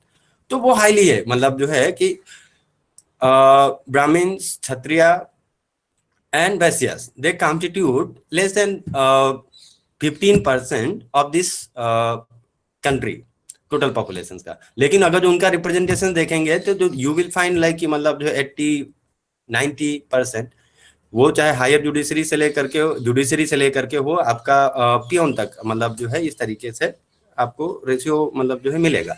तो अंबेडकर उस चीज को समझते हुए कि मतलब इस कास्ट सोसाइटी में जो डिप्रेस क्लासेस पे इमेंसिपेशन डिप्रेस क्लासेस पे किस तरीके से अट्रोसिटीज होती हैं और वो किस तरीके से सोसाइटी में इनबिल्ट है। इवन मॉडर्न ब्यूरोक्रेसी आ जाने के बावजूद भी वो किस तरीके से मॉडर्न ब्यूरोक्रेसी या स्टेट अपार्टस है वो किस तरीके से कास्ट इनबिल्ट है कि उसमें एक कास्ट फंक्शनल कैरेक्टरिस्टिक्स है। तो अंबेडकर उस समय लिख रहे हैं ये बात कि अगर जो ज्वाइंट इलेक्टोरेट की बात हो या फिर सेपरेट इलेक्टोरेट की बात हो, वो कॉन्टेक्स्ट समझिए कि पूना पैक्ट के पहले अंबेडकर का जो डिमांड था सेपरेट सेटलमेंट का, कि दलित्स और untouchables are not secure in the Hindu society, therefore they must need a separate settlement where they can live peacefully।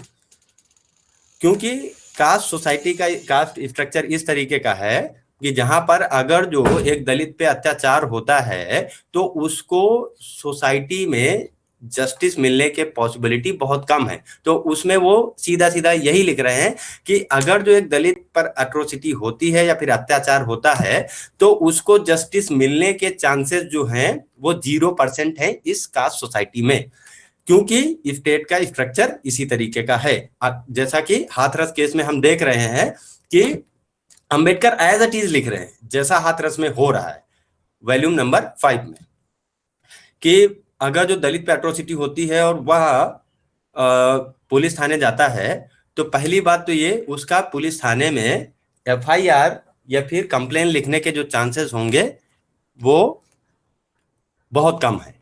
किसी सूरत में अगर जो कंप्लेन लिख भी दी जाती है तो उस पर प्रोसीड करना और आगे उसको मतलब जो है जज तक वो केस पहुंचना मुश्किल है। अगर जो किसी तरीके से जज तक पहुंच भी जाता है फिर उसको जो भी फैक्ट है या फिर जो भी आपका विटनेस है उसमें बहुत प्रॉब्लम होगा और उसको मजिस्ट्रेट से भी कोई जस्टिस मिलने वाला नहीं है। तो वो पूरे जो मैकेनिज्म है उसको चैलेंज कर रहे हैं कि किस तरीके से ऑलरेडी जो सोशल नॉर्म्स बन चुका है या फिर बना है कास्ट हिंदूज में कि ग्रेडेड इनइक्वालिटी में आपका कितना रिस्पेक्ट होगा कितना डिसरिस्पेक्ट होगा, सबसे लोअर है तो फिर आपको जस्टिस मिलने के चांसेस बहुत कम है।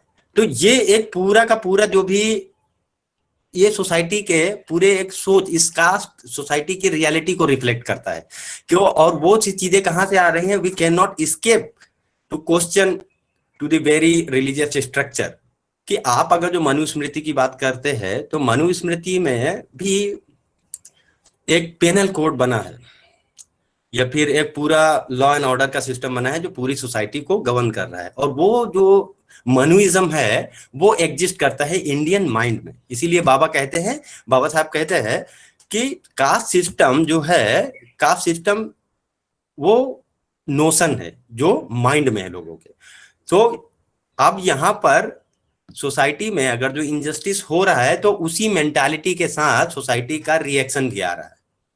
आप सिविल सोसाइटी से लेकर के या फिर आप सारी चीजें देखिए कि सपोज आप एक केस लीजिए निर्भया केस, दूसरा ये हाथरस केस, तो इवन सोसाइटी का रिएक्शन भी किस तरीके का है, उनकी कॉन्शियसनेस भी किस तरीके की है कि मतलब जो है कास्ट के मामले में वो भी सेलेक्टिव है कि if any upper caste will be beaten up and if something happen wrong with them then there will be a huge outrage from the society, from the civil society, from the media, from the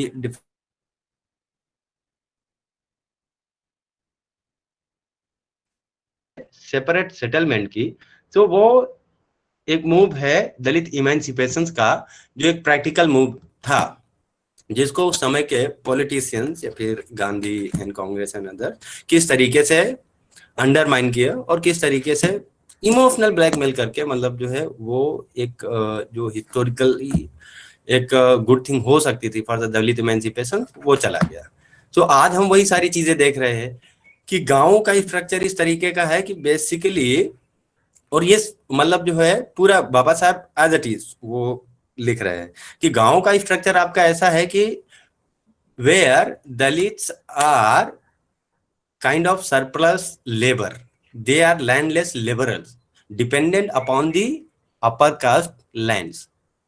सो अब उनका economy जो है उन पे dependent है, तो वहां पर उनके पास ना तो फिर कोई सोशल इंडिपेंडेंस रह जाता है ना तो कोई पॉलिटिकल इंडिपेंडेंस रह जाता है।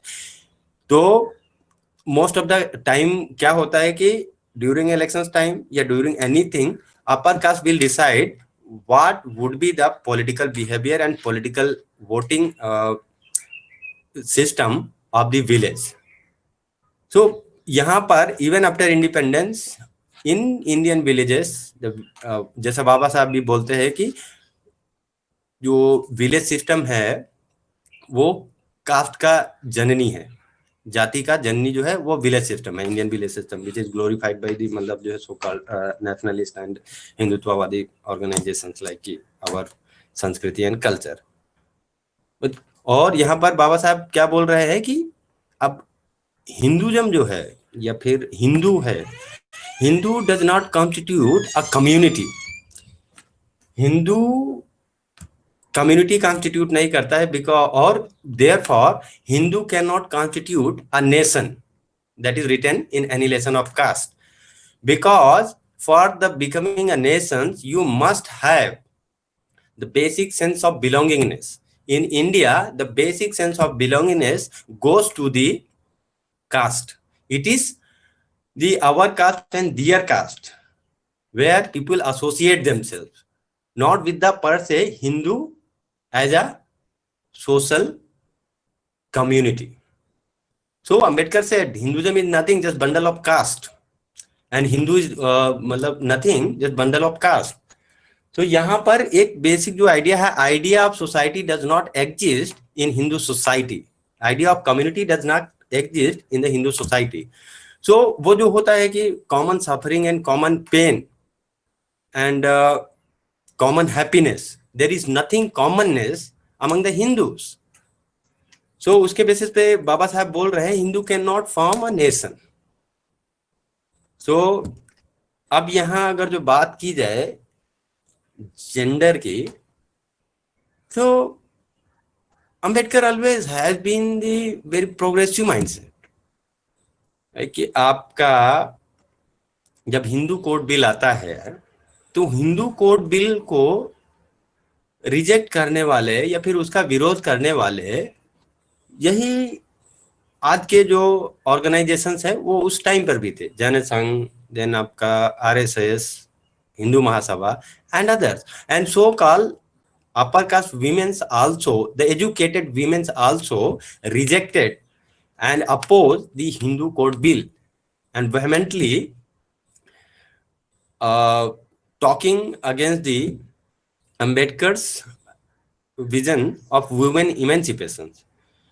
So यहाँ पे अब बात ये आ रही है कि कास्ट एक स्ट्रक्चर है और को एक आइडिया या फिर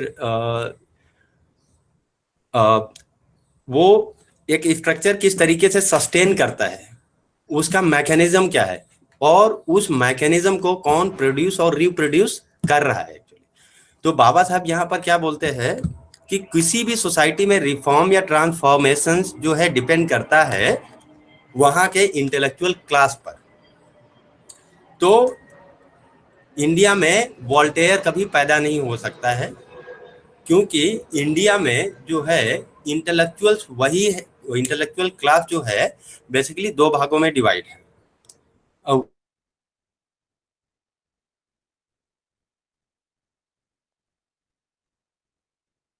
करने के लिए इस स्ट्रक्चर को कभी ब्रेक नहीं करेगा.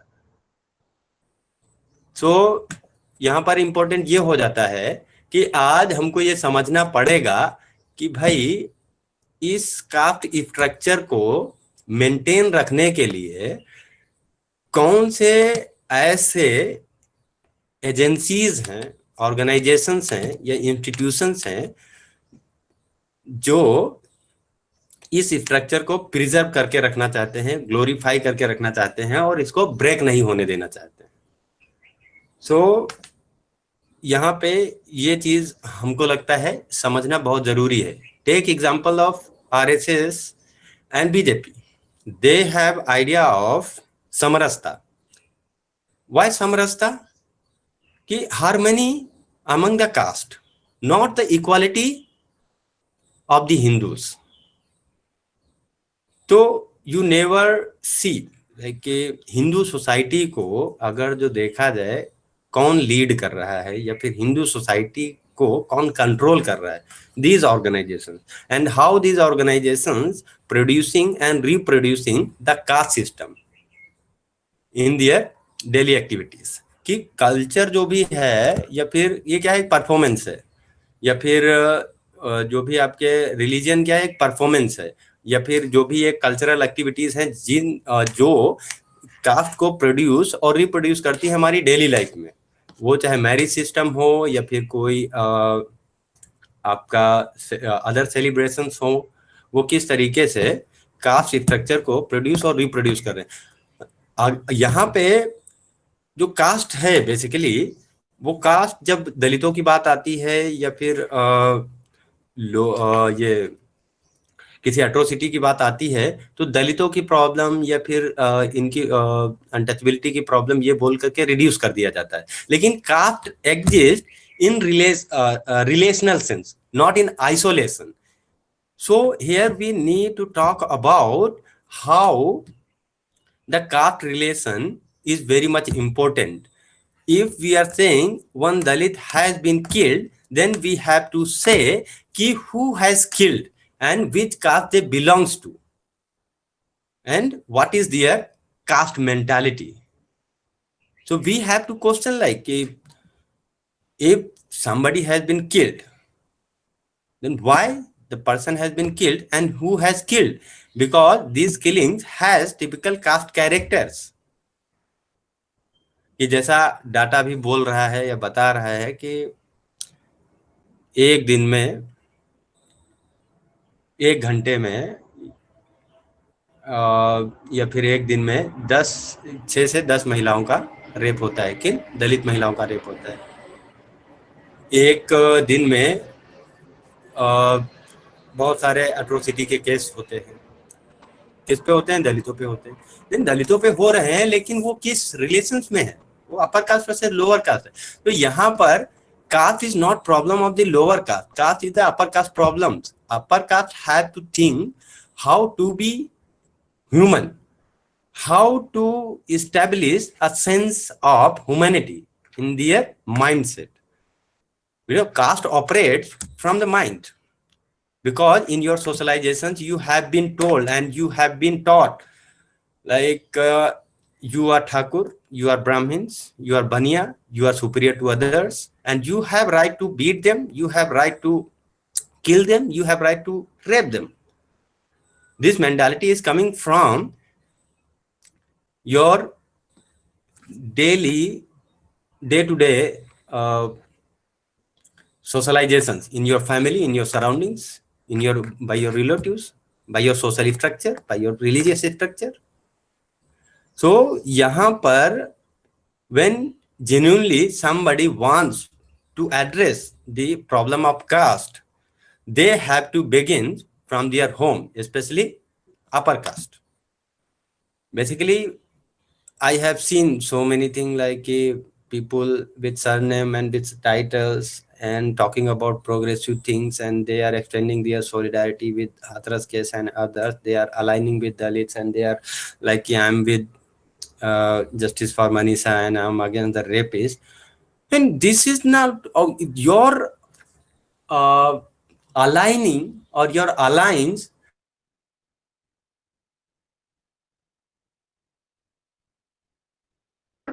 duty must be to humanize and to make your own kith and kin to understand how to be human and how we must treat each and every individual equally. So यहाँ पे जब cast annihilation की अगर जो हम बात करें, तो या फिर कास्ट में या फिर कास्ट सोसाइटी का रिफॉर्मेशन की अगर जो बात करें, तो यहाँ पर मुझे लगता है कि ये इम्पोर्टेंट हो जाता है, ये रिस्पॉन्सिबिलिटी सवर्णा कास्ट या फिर जो भी सवर्णा सो कॉल्ड है, उनका रिस्पॉन्सिबिलिटी इम्पोर्टेंट है। क्योंकि ये जो भी बेसिकली कास्ट स्ट्रक्चर है या फिर जो भी सोशल वैल्यूज और नॉर्म्स हैं, इन पे जो कंट्रोल है एक्चुअली, और जो इसको प्रोड्यूस या रिप्रोड्यूस करता है, वो बेसिकली एक सवर्ण हेजेमनी है। और जब तक सवर्ण will not realize their hegemony and they will not be they will not understand कि how this caste domination and caste privilege must be given up, तब तक मुझे लगता है कि कास्ट का प्रॉब्लम होने वाला कुछ सॉल्व होने वाला नहीं है। Then definitely there always be a caste assertion from the lower caste. They will fight against their injustice and their against their atrocities. They will unite. Definitely, if something is going to happen and something is happening because of their caste, then definitely they will raise their voice on the same line. If somebody has killed a Dalit, then definitely Dalit will unite and they will fight against this injustice. Then it will lead to the serious problems, like there will be so much chaos and there will be so much problem in the society. It might be it can anytime will convert like any big kind of turbulent situations. So if really we want to establish a just society, a egalitarian society, or a kind of humanitarian society, everyone has to think, not only Dalits, everyone has to think how to make this society better place to live for everyone, for women, for underprivileged, for everyone. We have to think, and caste is the biggest problem of this society, and we have to start from this caste problems, how to uh, eradicate this caste problem from our society if really we want to have a good and healthy society. Because Indian society, I do believe that there is nothing to feel proud about this culture, about this religion, about anything, except for Savarnas, except their caste hegemony. Nothing is there to feel proud. From my side, I think I'm done. If there is any question or any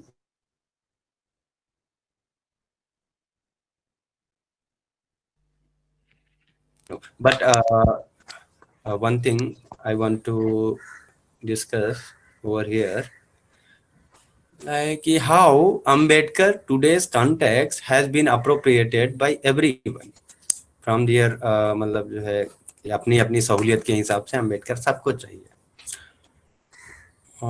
Anyway, I'm ending up. Thank you very much. Thank you very much, Bhaiya. So now we can have an open session. The house is open for everyone to ask question to respective speaker. So we can start.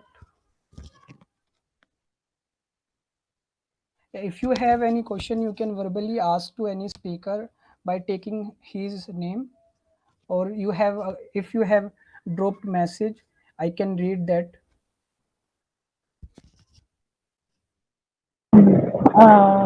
My question is for Prashant ji. You talked about body of politics of Gandhi and Ambedkar. So, in the present scenario, we still see discrimination on depressed classes, on keeping mustache, or to ride on horse for marriage. So, in this scenario, whom to blame? Blame society or our law? Rifat, can you repeat your question again? I couldn't hear. Okay, thanks. So my question is on body of politics of Gandhi and Ambedkar. In present scenario, we still see discrimination regarding the depressed classes having mustache or marriage or carrying their marriage in horse or something like that. So whom to blame in this situation? Our society or our law? Hope I am audible. हाँ, मैंने आपका सवाल सुन लिया है. जहाँ तक अगर हम एक स्ट्रिक्ट वाटर टैंक सॉल्यूशन या फिर एक ब्लेम की बात कर रहे हैं, जहाँ पर हमें ये लगता है कि लॉ को ब्लेम कर दें या सोसाइटी को ब्लेम कर दें, हम ऐसे मान सकते हैं कि जब भी कभी हम कोई लॉ बनाते हैं और सोसाइटी को बेसिकली उस लॉ के अंदर लाना होता है और सोसाइटी ने हम कभी भी उस लॉ के अकॉर्डिंग काम नहीं किया होता है, तो हमारे सामने बहुत सारी प्रॉब्लम फेस करनी पड़ती है। जैसे सपोज करिए अचानक से कि लॉ ले आए कि हमें कास्ट के अंदर शादी नहीं करनी है, लेकिन अभी तक हम जितने भी समय से चले हुए आ रहे हैं उसमें हमें कास्ट के अंदर ही शादी करनी होती है। तो ये एक ऐसा लॉ हो जाएगा जिसमें सभी लोग उसके बाहर आ जाएंगे। तो उस हिसाब से हम ये भी नहीं कह सकते हैं कि लॉ को ब्लेम कर देना चाहिए, उस हिसाब से हम ये भी नहीं कह सकते हैं कि एक सोसाइटी को ब्लेम कर देना चाहिए। बिल्कुल, मैंने जब बॉडी पॉलिटिक्स की बात की तो उसमें सबसे बड़ी दिक्कत ये आई कि जिस बॉडी पॉलिटिक्स की डॉक्टर भीमराव अम्बेडकर बात करते रहे, शायद हम उसको बहुत ही अच्छे तरह से इम्ब्रेस नहीं कर पाए हैं।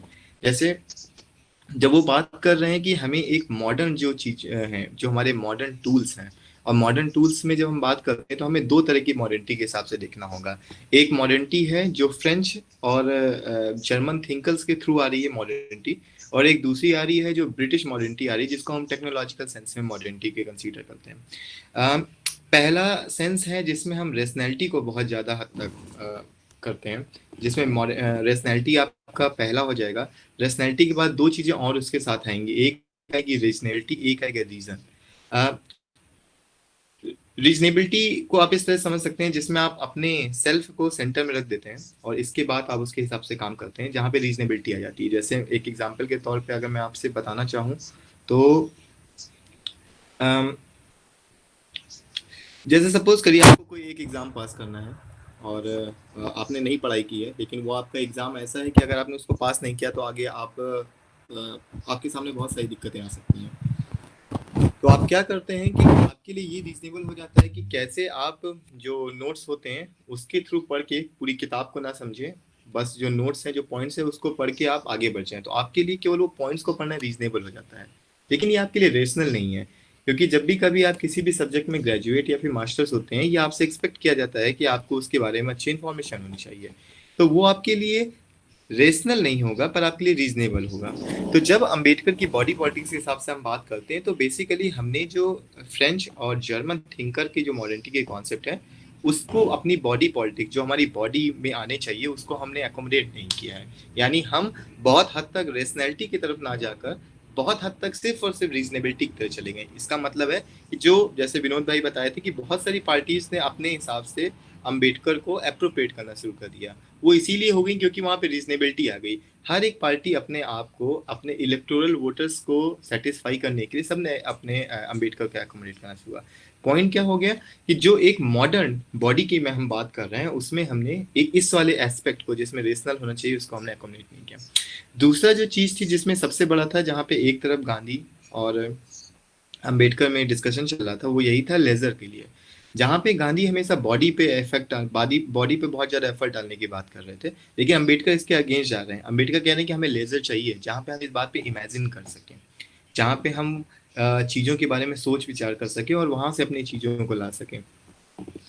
उस वाले एस्पेक्ट्स में जो हमारे मॉडर्न टूल्स हैं जिसमें हमारी मशीन्स आ जाएंगी, जो हमारे टेक्नोलॉजिकल एडवांसमेंट है, आर्टिफिशियल इंटेलिजेंस है, इनका हम बहुत ज़्यादा इस्तेमाल कैसे कर सकते हैं। इस बात पे हम हद तक है, जैसे विकास गौतम ने एक बात कही थी कि जब भी सोशल मीडिया आता है उसमें हमने कास्ट का नाम इंक्लूड करना शुरू कर दिया, जिससे बहुत सारी चीज़ें बढ़ गई हैं। मैं एक चीज़ आपको और भी नोटिस करना कहूँगा, अगर आपने ध्यान दिया हो, आप ट्विटर खोलिए, आप इंस्टाग्राम खोलिए, आप फेसबुक खोलिए, अगर आप सिर्फ कमेंट सेक्शन को देखेंगे तो भी जो गाली गलौज एक प्राइड की बात आती है वो भी आपको अपर कास्ट का ही दिखेगा, यानी शर्मा, चतुर्वेदी, त्रिवेदी। अगर आप कमेंट सेक्शन में देखेंगे तो वो भी आपको एक बहुत बड़ा हद तक मिलेगा। पॉइंट यहाँ पे क्या है ऐसे में क्या होता है कि जब भी कभी आप रीजनेबल, यानी आपकी जो बॉडी पॉलिटिक्स में रीजनेबल होता है, क्योंकि रिलीजन आप एक चीज, आप रिलीजन में सबसे पहला फैक्टर होता है फियर, और उस फियर के आधार पे आप अपने आप को रखते हैं, क्योंकि आपको ये बताया जाता है कि आपको नरक में जगह मिलेगी, आपको आने वाले समय में आपका जो बर्थ होगा वो ऐसे ऐसे चीजों से गुजरेगा। पॉइंट क्या होता है कि रिलीजन आपको कलेक्टिव चीजों के बारे में विषय में नहीं बताती, आपको हमेशा पर्टिकुलरली में आ जाता है। और जब भी कभी आप रीजनेबल होते हैं, जिसके अगेंस्ट थे अम्बेडकर साहब, तो जब भी आप पर्टिकुलर बॉडी यानी अपने आप में से बात करना शुरू करते हैं तो आप ऑलरेडी जो पुराने समय की बॉडी यानी जो रिलीजन बेस्ड बॉडी होता है आप उसकी तरफ जाने की कोशिश करते हैं। इसी से हट के हमें मॉडर्न चीज़ों का अप्लाई करने की बात कही जा रही थी। तो बस मैं यही कहूँगा कि इसमें लॉज एंड सोसाइटी को एज सच हमें नहीं देखना चाहिए कि वो एक दूसरे से कॉन्ट्रेरी होना चाह रहे हैं। पॉइंट क्या है कि हमें लॉज और सोसाइटी एक डायलेक्टिक की तरह काम करते हैं कि हम लॉज बनाते हैं ताकि सोसाइटी उसके थ्रू जाए, और जब हम सोसाइटी का थोड़ा अपलिफ्टमेंट होता है उसके हिसाब से हम अपने लॉज को रिफॉर्म करते हैं, यानी उसको चेंज लाते हैं। और जब हम उसको चेंज लाते हैं तब हम जाके एक दूसरी तरह की सोसाइटी की कल्पना करते हैं। तो ये एक लंबा हिस्टोरिकल प्रोसेस होता है जिसके तहत हमें आगे जो हम अपने एक प्रमोशन, एक नई सोसाइटी की बात कर रहे हैं जिसमें हम समता की बात कर सकते हैं, जिसमें हम इक्वलिटी की बात कर सकते हैं, वो एक डायलेक्टिक प्रोसेस होगा।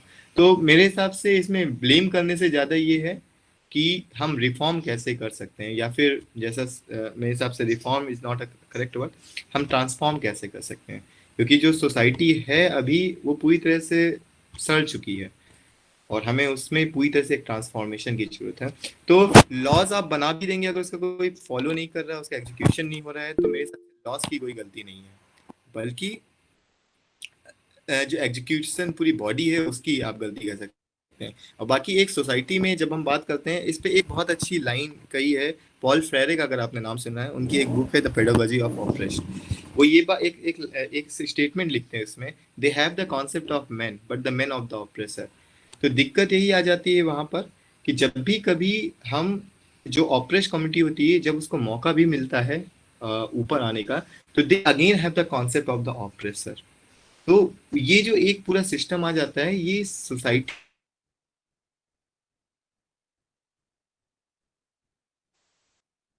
जो डिप्रेस सोसाइटी के लोग हैं जिनको ये मौका मिलता है कि वो आगे बढ़ के चीजें कर सकें, तो दोनों ही तौर पे मैं लॉज और सोसाइटी दोनों को ब्लेम नहीं करना चाहूंगा, पर मैं ये सोचता हूँ कि आखिर इन दोनों को हम एज एज अ कॉम्प्लीमेंट कैसे देख सकते हैं। तो मुझे लगता है कि शायद मैंने आपके सवाल का कुछ जवाब दिया होगा Rifat.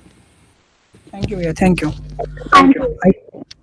I think we, Allow me to respond this question. Like I want to say something over here. yes. जब अंबेडकर और मॉडर्निटी की बात बोल रहे हैं हम लोग, तो one thing is very much important, like कि जब गोपाल गुरु लिखते हैं कि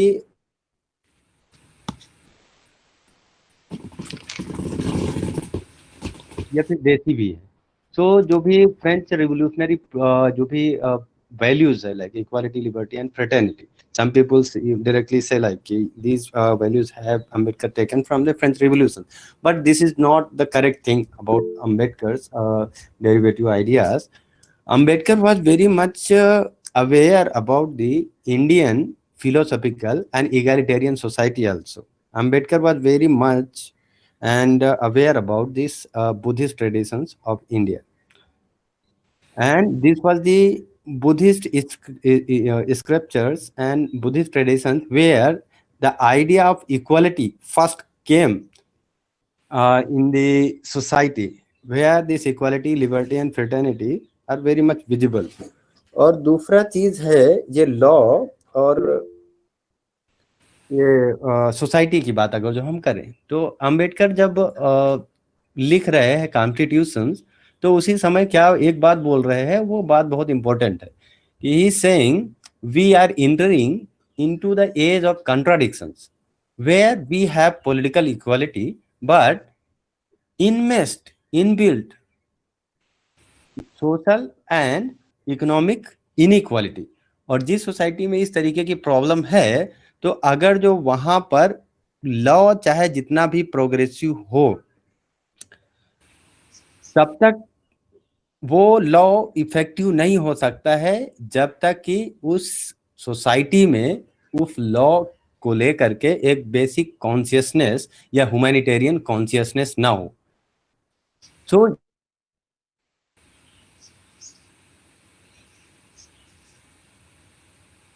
चीजें जो है वो एक दूसरे के कॉन्ट्राडिक्शंस में है।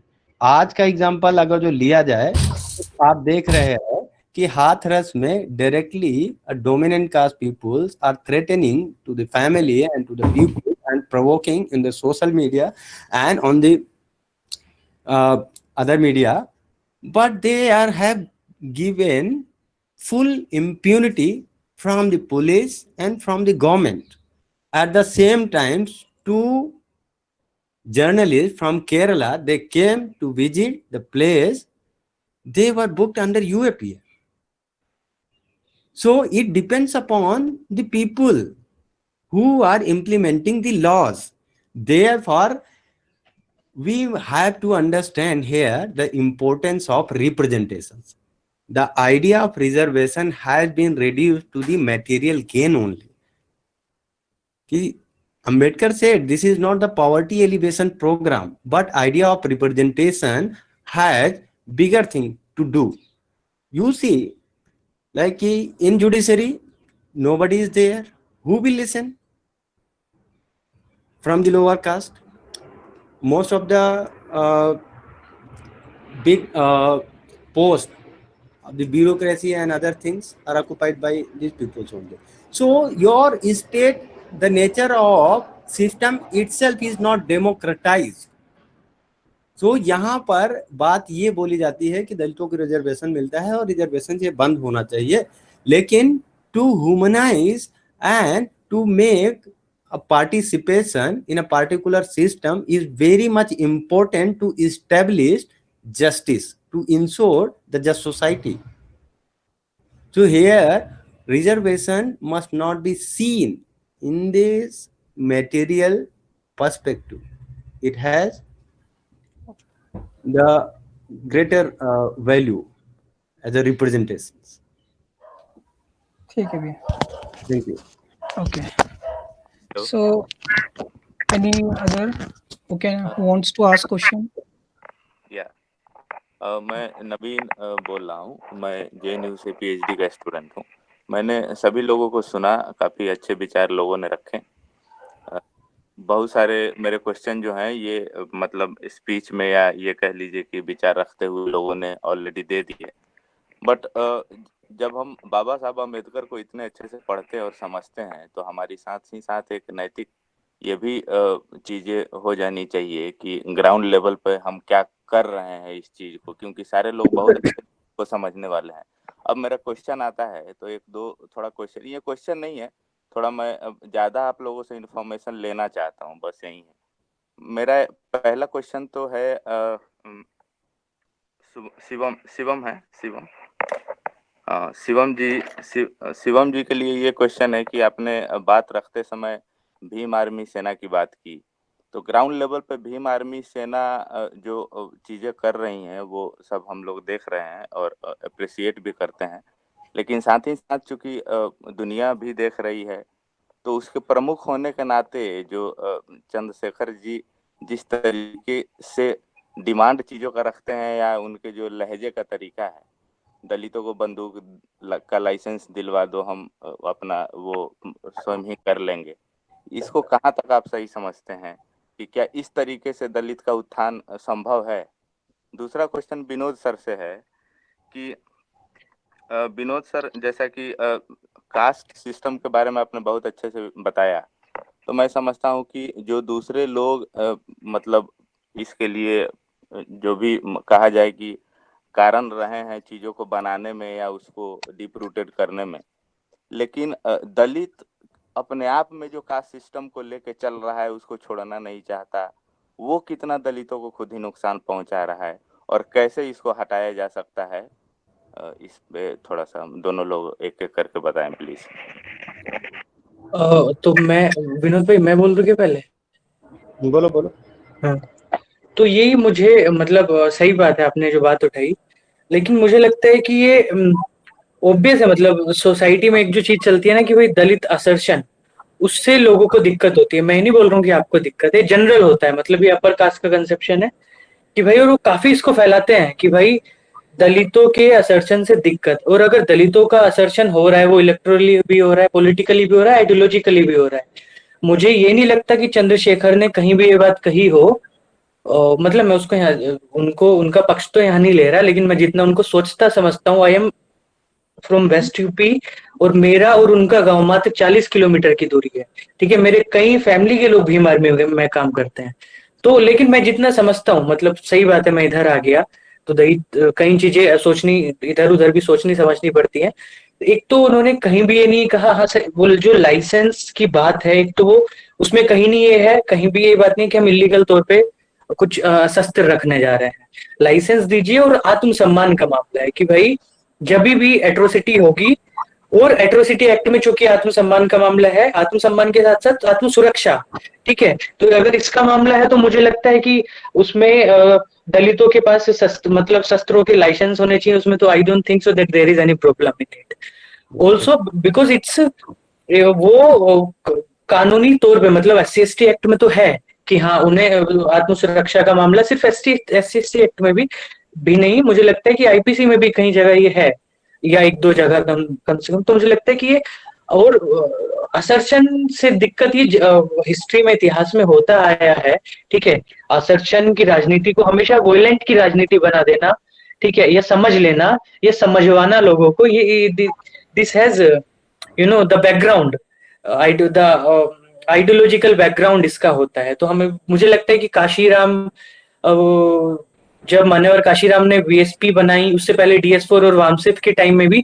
सेम चीज हुई थी, ठीक है, जब वो ग्राउंड पे काम करते थे तो हाँ इस चीज को कैसे डील करेंगे। इवन दलित पैंथर की जब शुरुआत हुई महाराष्ट्र में तो तभी भी इन चीजों के साथ था, इसको भी बहुत मतलब उस पूरे मूवमेंट को कूल डाउन करने के लिए ये इस बात को हमेशा लाया गया कि शस्त्र की बात कितनी सही है कितनी सही है, बट मुझे लगता है हम किसी का नुकसान तो कोई करने नहीं जा रहा है, सिंपल सी बात है, लेकिन हाँ सम्मान के साथ और सुरक्षा के साथ चोट पहुंचेगी तो ये एक बड़ा महत्वपूर्ण मतलब जरिया हो सकता है अपने आप को स्ट्रॉन्ग दिखाने का, एकदम मुझे लगता है कि हाँ।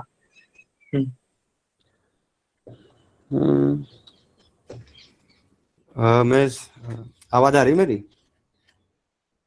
हेलो, आ रही है सर, आ रही है आवाज, बोलिए।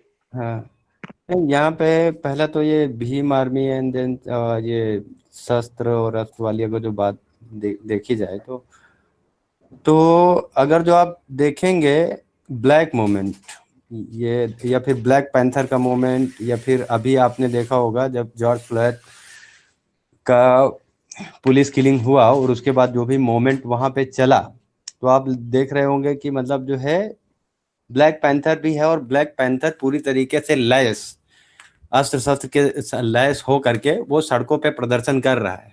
उसके बावजूद भी वो अमेरिकन मतलब जो है सोसाइटी उस चीज़ को टॉलरेट कर रहा है और उनके असर्शंस को जो है रिकॉग्नाइज कर रहा है, और उनपे ऐसा कुछ नहीं है कि मतलब जो है UAPA डाल करके जो है ये सारी चीज़ें लगा दी। लेकिन यहाँ पर अगर जो एक कॉन्टेक्स्ट में देखें इंडियन सोसाइटी में, तो डेफिनेटली जो गांव का स्ट्रक्चर है या फिर इंडियन जो विलेज सिस्टम है, सोसाइटी है, दलित का लाइफ इतना मिजरेबल है कि कभी भी अपर कास्ट थप्पड़ मार सकता है, गोली मार सकता है, गाली दे सकता है, मिसट्रीट कर सकता है, कुछ भी कर सकता है। तो डेफिनेटली एक कॉन्शियसनेस के बाद जो है एक असर्शन तो आएगा, और उस असर्शन का जो मोरल पैमाना है मुझे लगता है वो दलितों पे थोपना नहीं चाहिए, क्योंकि जब प्रॉब्लम आ रही है दलितों की तो वो रिलेशनल है। मैं बोल रहा हूँ कि आइसोलेशन में वो एग्जिस्ट नहीं करती है। और SC/ST प्रिवेंशन एक्ट के अकॉर्डिंग भी कि भाई अगर जो ऐसी सिचुएशंस है कहीं पर जहाँ पर प्रॉब्लम होती है, देन दलितों को देना चाहिए अस्त्र शस्त्र, और वो भी पूरा प्रोटेक्शन होना चाहिए स्टेट का, कि भाई अपनी जैसा शिवम बोल रहा है सेल्फ डिफेंस के लिए उनके पास ये सारी चीजें होनी चाहिए। मायावती के टाइम पे मायावती ने खुद भी मतलब जो है अपने शासन काल में ये बहुत सारे लाइसेंस ऐसे सेल्फ डिफेंस के लिए बंटवाए थे। तो मुझे लगता है कि उसको मतलब जो है प्रोवोकेशन की तरह ना ले करके वो सारे जो कॉन्टेक्स्ट है उस कॉन्टेक्स्ट में देखना चाहिए। और दूसरा चीज है आपका क्वेश्चन जो है विद इन मतलब जो है कास्ट प्रॉब्लम इन मतलब जो है दलितों में किस तरीके से ऑपरेट हो रहा है और उसको जो है उसका प्रॉब्लम क्या है। तो दलित जो है वो ऐसा नहीं है कि इस सोसाइटी से बाहर रह रहा है, कोई आइलैंड में रह रहा है जहां पर उसका कोई सोशल रिलेशन नहीं है किसी के साथ। भाई जो भी सोशल और कल्चरल वैल्यूज प्रोड्यूस और रिप्रोड्यूस हो रहे हैं उसी इन्वायरमेंट में दलित भी रह रहा है। एक कॉन्शियसनेस के बाद ये एंटी कास्ट जो सेंटिमेंट्स है या फिर अगेंस्ट कास्ट एक जो समझदारी बिल्ड होती है वो एक ट्रेनिंग या फिर एक प्रोसेस के बाद होती है। अब सोसाइटी में एक अनपढ़ या फिर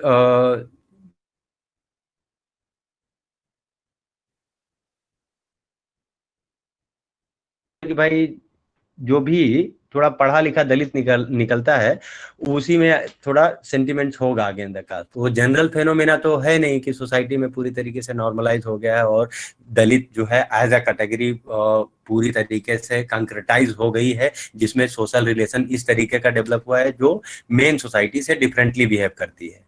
ऐसा तो है नहीं।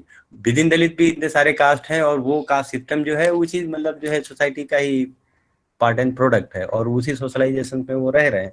It depends upon the social consciousness of the people कि how they are going to see this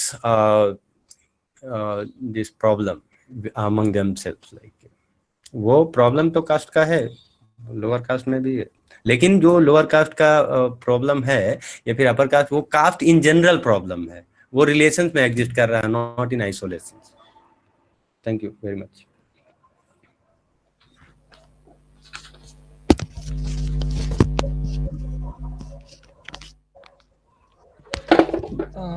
अभी और किसी का क्वेश्चन है? एक क्वेश्चन मेरा भी था विकास सिंह गौतम भैया से, जो एबीवीपी को रिप्रेजेंट कर रहे हैं। भैया आपने दोषियों के खिलाफ सभी के खिलाफ ना हो के आपने जो जनरल वाली बात करी कि जो अभी जो हाल ही में केस हुआ है कि सभी राजपूतों को ना, ठाकुरों को ना बोल के जो दोषी है उनको सजा मिले, तो ये तो जनरली होता है। और आपने कास्ट प्राइड की बात करी कि अगर दलित भी कास्ट प्राइड कर रहा है तो कहीं ना कहीं कास्ट को बढ़ावा दे रहा है। तो भैया इसको जो काउंटर आर्ग्यूमेंट जो दिया जाता है वो ये भी दिया जाता है कि अगर दलित के द्वारा अगर कास्ट प्राइड किया जा रहा है, कहीं ना कहीं वो कास्ट को इनहेलेट करने का एक तरीका है, या कास्ट को इनहेलेट, या फॉर द टाइम बिंग वो लगता है कि कास्ट को इनहेलेट कर रहा है, क्योंकि वो पहले से सोचा ही गया था कि उसको कभी उस कास्ट को बोलना नहीं है। उसको अगर चार दोस्त में अगर अपनी कास्ट बतानी नहीं है, अगर वो अपनी गाड़ी पे लिख रहा है अपने कास्ट का नाम, तो कहीं ना कहीं वो उसको उस हायरार्की को चैलेंज कर रहा है। और एक और इसी के साथ छोटा सा क्वेश्चन और जोड़ना चाहूंगा। आपने बोला कि अंबेडकर ने मार्क्स और बुद्धा को कंपेयर करते हुए कम्युनिज्म को कितना खराब लिखा। तो भैया अगर आप लास्ट का उनका इंटरव्यू देखोगे जो बीबीसी को वो देते हैं, जिसमें कि इंटरव्यू जो कर रहा होता है वो पूछता है कि आपको क्या लगता है कि डेमोक्रेसी काम करेगी या नहीं करेगी, तो अंबेडकर साहब कहते हैं कि आई don't think that democracy will work in India. तो वो पूछता है कि फिर क्या वर्क करेगा, तो अंबेडकर साहब कहते हैं कि communist system can be a option. तो भैया आप लास्ट में अगर जब अंबेडकर जो कॉन्स्टिट्यूशन लिखने के बाद और इतनी सारी चीजें होने के बाद वो अंत में आके कहते हैं कि आई don't think that democracy will work in India, क्योंकि डेमोक्रेसी सोशल इक्वालिटी के बारे में तो बात करती नहीं है, वो तो पॉलिटिकल इक्वालिटी के बारे में बात करती है, इकोनॉमिक इक्वालिटी के बारे में नहीं बात करती है। तो वो कहते हैं कि ये बाहर के देशों की बात है, ये अमेरिका में चल जाएगी डेमोक्रेसी, इंडिया में काम नहीं करेगी, क्योंकि यहाँ पे कास्ट बेस्ड या सोशल इनइक्वालिटी ज्यादा है। और कम्युनिस्ट सिस्टम को एक ऑप्शन बता देते हैं। तो आपका ये कहना कि कम्युनिज्म को वो नकार के चले गए हैं, तो वो कहीं ना कहीं भी उसको चैलेंज करता है, तो आप इस पे क्या बोलेंगे? दो चीजें आई। पहली बात तो जो रिएक्शनरी जो आपने बात की कास्ट प्राइड की, तो मेरा सिर्फ इतना सा कहना था कि कैसे जो सोसाइटी में जो रिएक्शनरी जो रिएक्शन के तौर पे जो कास्ट क्रिएट होती है, एग्जांपल के तौर पे मैंने गाड़ी पे स्टिकर्स लगाने वाला एग्जांपल दिया कि किस तरीके से अगर एक कास्ट करती है तो फिर दूसरी करेगी, फिर तीसरी करेगी, फिर चौथी करेगी। तो जो चलन जो पहले ही खत्म हो गया था, जो लगभग गाड़ी पे स्टिकर चलाने का 10 साल पहले तक नहीं था, वो फिर से जो सोसाइटी में आ गया। उसी तरीके से फेसबुक पे देख लो कि फेसबुक पे जो है रिएक्शनरी चीजें हो रही है। अगर सोसाइटी उसका ध्यान नहीं देगी तो अपने आप जो है, कोई पूछेगा नहीं तो अपने आप करेगी। और जो रिएक्शन हो रहा है, अब आपने ये कहा, उसकी बात से मैं थोड़ा बहुत सहमत हो सकता हूँ, मगर ज्यादा नहीं होगा। कि जो एक रिएक्शन होता है वो थोड़ा सा लोग कहते हैं कि शक्ति संतुलन बनाने के लिए होता है कि भाई पीस जब ही होगा, जब शक्ति संतुलन होगा। तो जब हम समता की बात करेंगे, जब हम जो जेनेसिस जो कास्ट वाला जो मेन जो कास्ट की बात करेंगे, तो वहां पर फिर वो जो आगे डिबेट है वो चलती रहेगी। एक्शन होगा, रिएक्शन होगा, एक्शन नहीं होगा, रिएक्शन होगा, और जो है सारी चीजें आगे चलती रहेंगी। दूसरा, जो अंबेडकर के थोड़े से पहले से थॉट पे आना चाहूंगा, जब मार्क्सिज्म का आइडिया, कम्युनिज्म का आइडिया जब आया, तो उन्होंने कहा था कि कम्युनिज्म को जब इंडिया में इम्प्लीमेंट करेंगे तो सबसे बड़ी प्रॉब्लम जो है वो कास्ट की है, क्योंकि कास्ट अपने आप में क्लास है यहाँ पर। तो यहाँ पे इंडस्ट्रियल सोसाइटी डेवलप नहीं हुई, एक जो कास्ट थी वो क्लास नहीं बनी, और जो कास्ट होती है वो प्राइड का विषय होता है, और कास्ट को जो सोशल स्टेटस के साथ देखा जा सकता है। तो how how can communism in it is possible in India, ये एक जो दूसरा प्रश्न निकल के आता है। उसमें जो है थोड़ा सा विचार, पहले विचार कुछ और थे, बाद में कुछ और, डिबेट का विषय है। बीबीसी को क्या कहा, बीबीसी पहले का क्या, वो भी डिबेट का विषय है।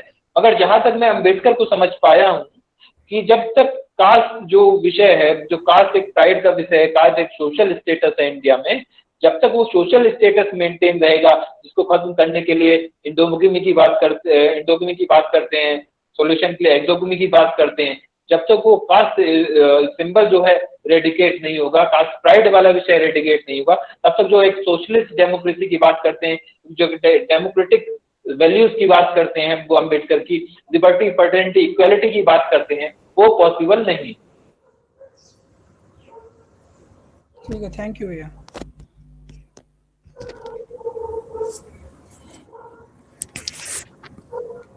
एक क्वेश्चन प्रशांत भैया से भी था मेरा। तो क्वेश्चन ये था कि भैया अरुंधति रॉय की जो किताब है उसमें वो लिखते हैं कि democracy does not annihilate caste but it has modernised the caste system. और अगर हम देखें कि लगभग जो कांग्रेस का, क्योंकि आप एसआई को रिप्रेजेंट, तो कांग्रेस एक लंबे समय तक कहीं ना कहीं जो रिप्रेजेंटेशन भी कांग्रेस ने नहीं दे पाई। अगर रिप्रेजेंटेशन दिया है तो एमसीडी में दिया है कि 90% जो एमसीडी में जो सफाई कर्मचारी है वो एक पर्टिकुलर कम्युनिटी से आते हैं, और अगर प्रोफेसर की आप कैटेगरी देखोगे तो वो एक कम्युनिटी से आते हैं। तो कहीं ना कहीं जो बात अरुंधति रॉय लिखती है कि डेमोक्रेसी ने कास्ट को क्रिएट ना करके उसको मॉडर्नाइज किया है, तो उसमें कांग्रेस ने एक बड़ा रोल निभाया है भैया। इस पे आप क्या बोलेंगे? अंशुल, अपना पहला पार्ट क्वेश्चन का फिर से रिपीट करना। भैया ये था कि अरुंधति रॉय जो है वो लिखती है कि democracy does not annihilate caste system, it has modernised the caste system, मतलब लोकतंत्र ने मॉडर्नाइज कर दिया है। तो क्योंकि कांग्रेस का एक बड़ा रोल रहा है लोकतंत्र में, और उसके बाद आजादी के बाद सरकारों में, शासन प्रशासन में। और क्वेश्चन ये था कि भैया ये दिखाई भी देता है कि हमें इसने इनहेलेट ना करके मॉडर्नाइज किया है। जिस प्रकार से दिल्ली में एमसीडी में 90% से ज्यादा एक ही पर्टिकुलर कास्ट के लोग काम कर रहे हैं, और 90% से लाइक 90, आई डोंट, मतलब डाटा ऊपर नीचे हो सकता है, बट एक majority of the professor they are belonging to particular caste. तो जो डेमोक्रेसी को जो एक आप देखा गया था कि ये कास्ट को खत्म करेगा, तो ये इस डेमोक्रेसी ने मॉडर्नाइज कर दिया, जो अरुंधति रॉय लिखती है। उस पर आप जानना चाह रहे थे कांग्रेस का रोल क्या रहा है? हाँ, तो अगर हम पहले अंबेडकर के विषय में बात करें, क्योंकि हम अंबेडकर के विषय से ही बात करते आ रहे हैं, तो अंबेडकर ने जब डेमोक्रेसी के बारे में बात की तो उन्होंने 7 पॉइंट बताए थे। शायद आपने इस बारे में थोड़ा बहुत पढ़ा हो। मैं आपको उस 7 पॉइंट्स के कुछ जो इम्पोर्टेंट पॉइंट है वो बता देता हूँ।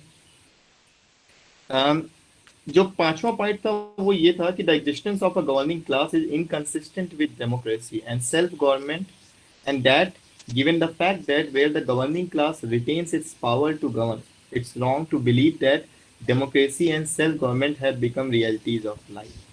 The 6th is the self-government and democracy becomes real not when a constitution based on an adult suffrage comes into existence, but when the government class loses its power to capture the power to govern. Point, जब हम democracy की बात करते हैं तो हमें ये देखना होगा कि जो डेमोस और क्रेसिया है, यानी जब जो गवर्न करने की बात आएगी, जब वो पीपल पर आ जाएगी, तो हम कह सकते हैं कि हम एक रियल सेंस ऑफ डेमोक्रेसी की बात कर रहे हैं।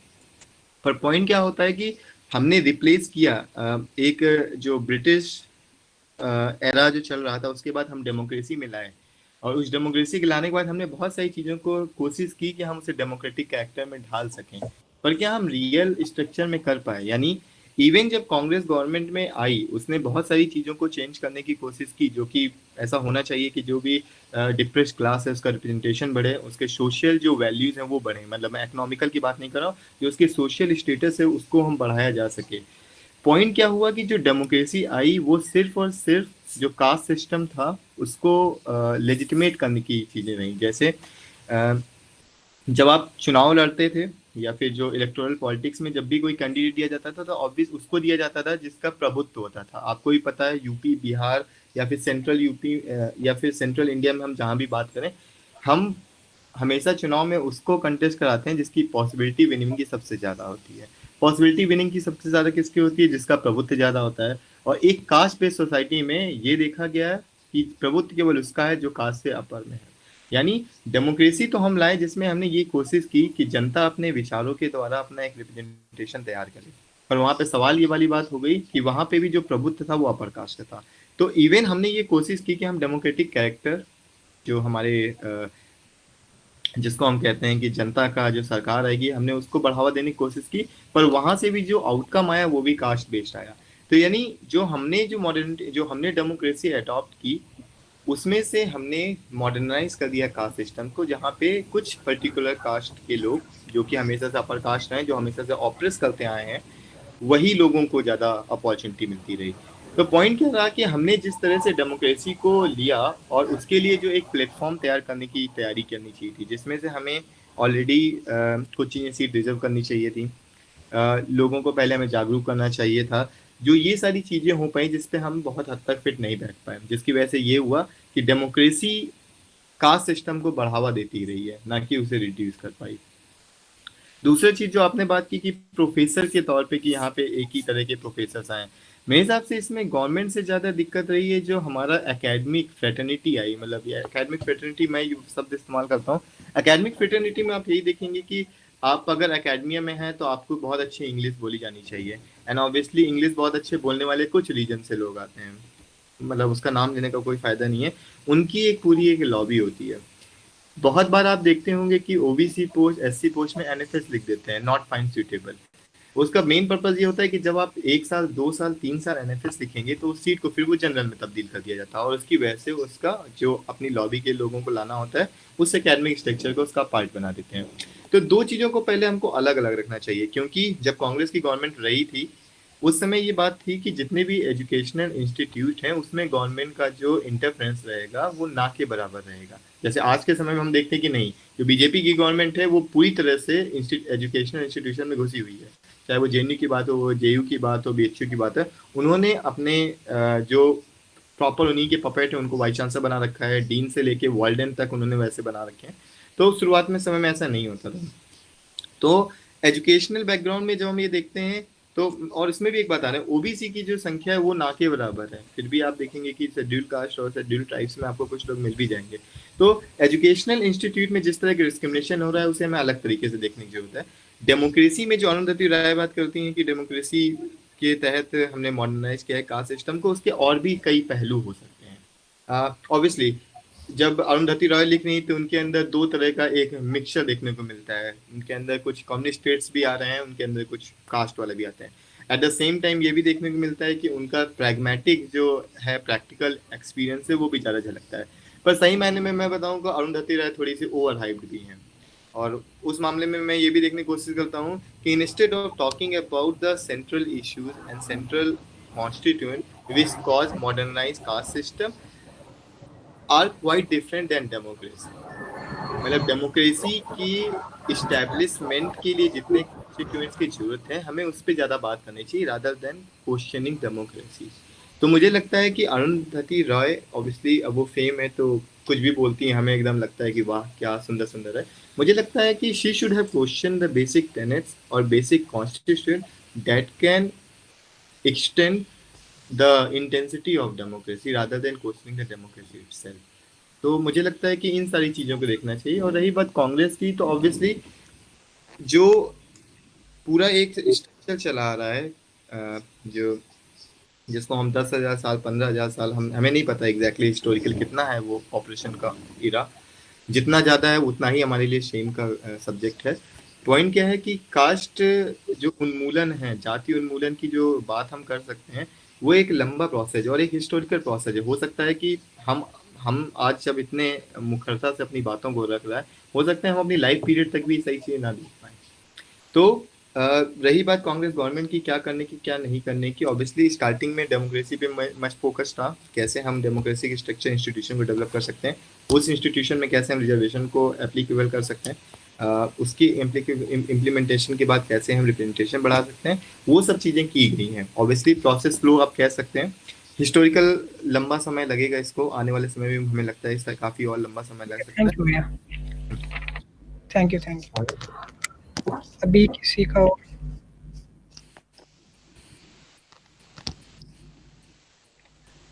एक क्वेश्चन विनोद भैया से भी था जो व्यापसा को रिप्रेजेंट कर रहे हैं। भैया आवाज आ रही है आपको? आ रही।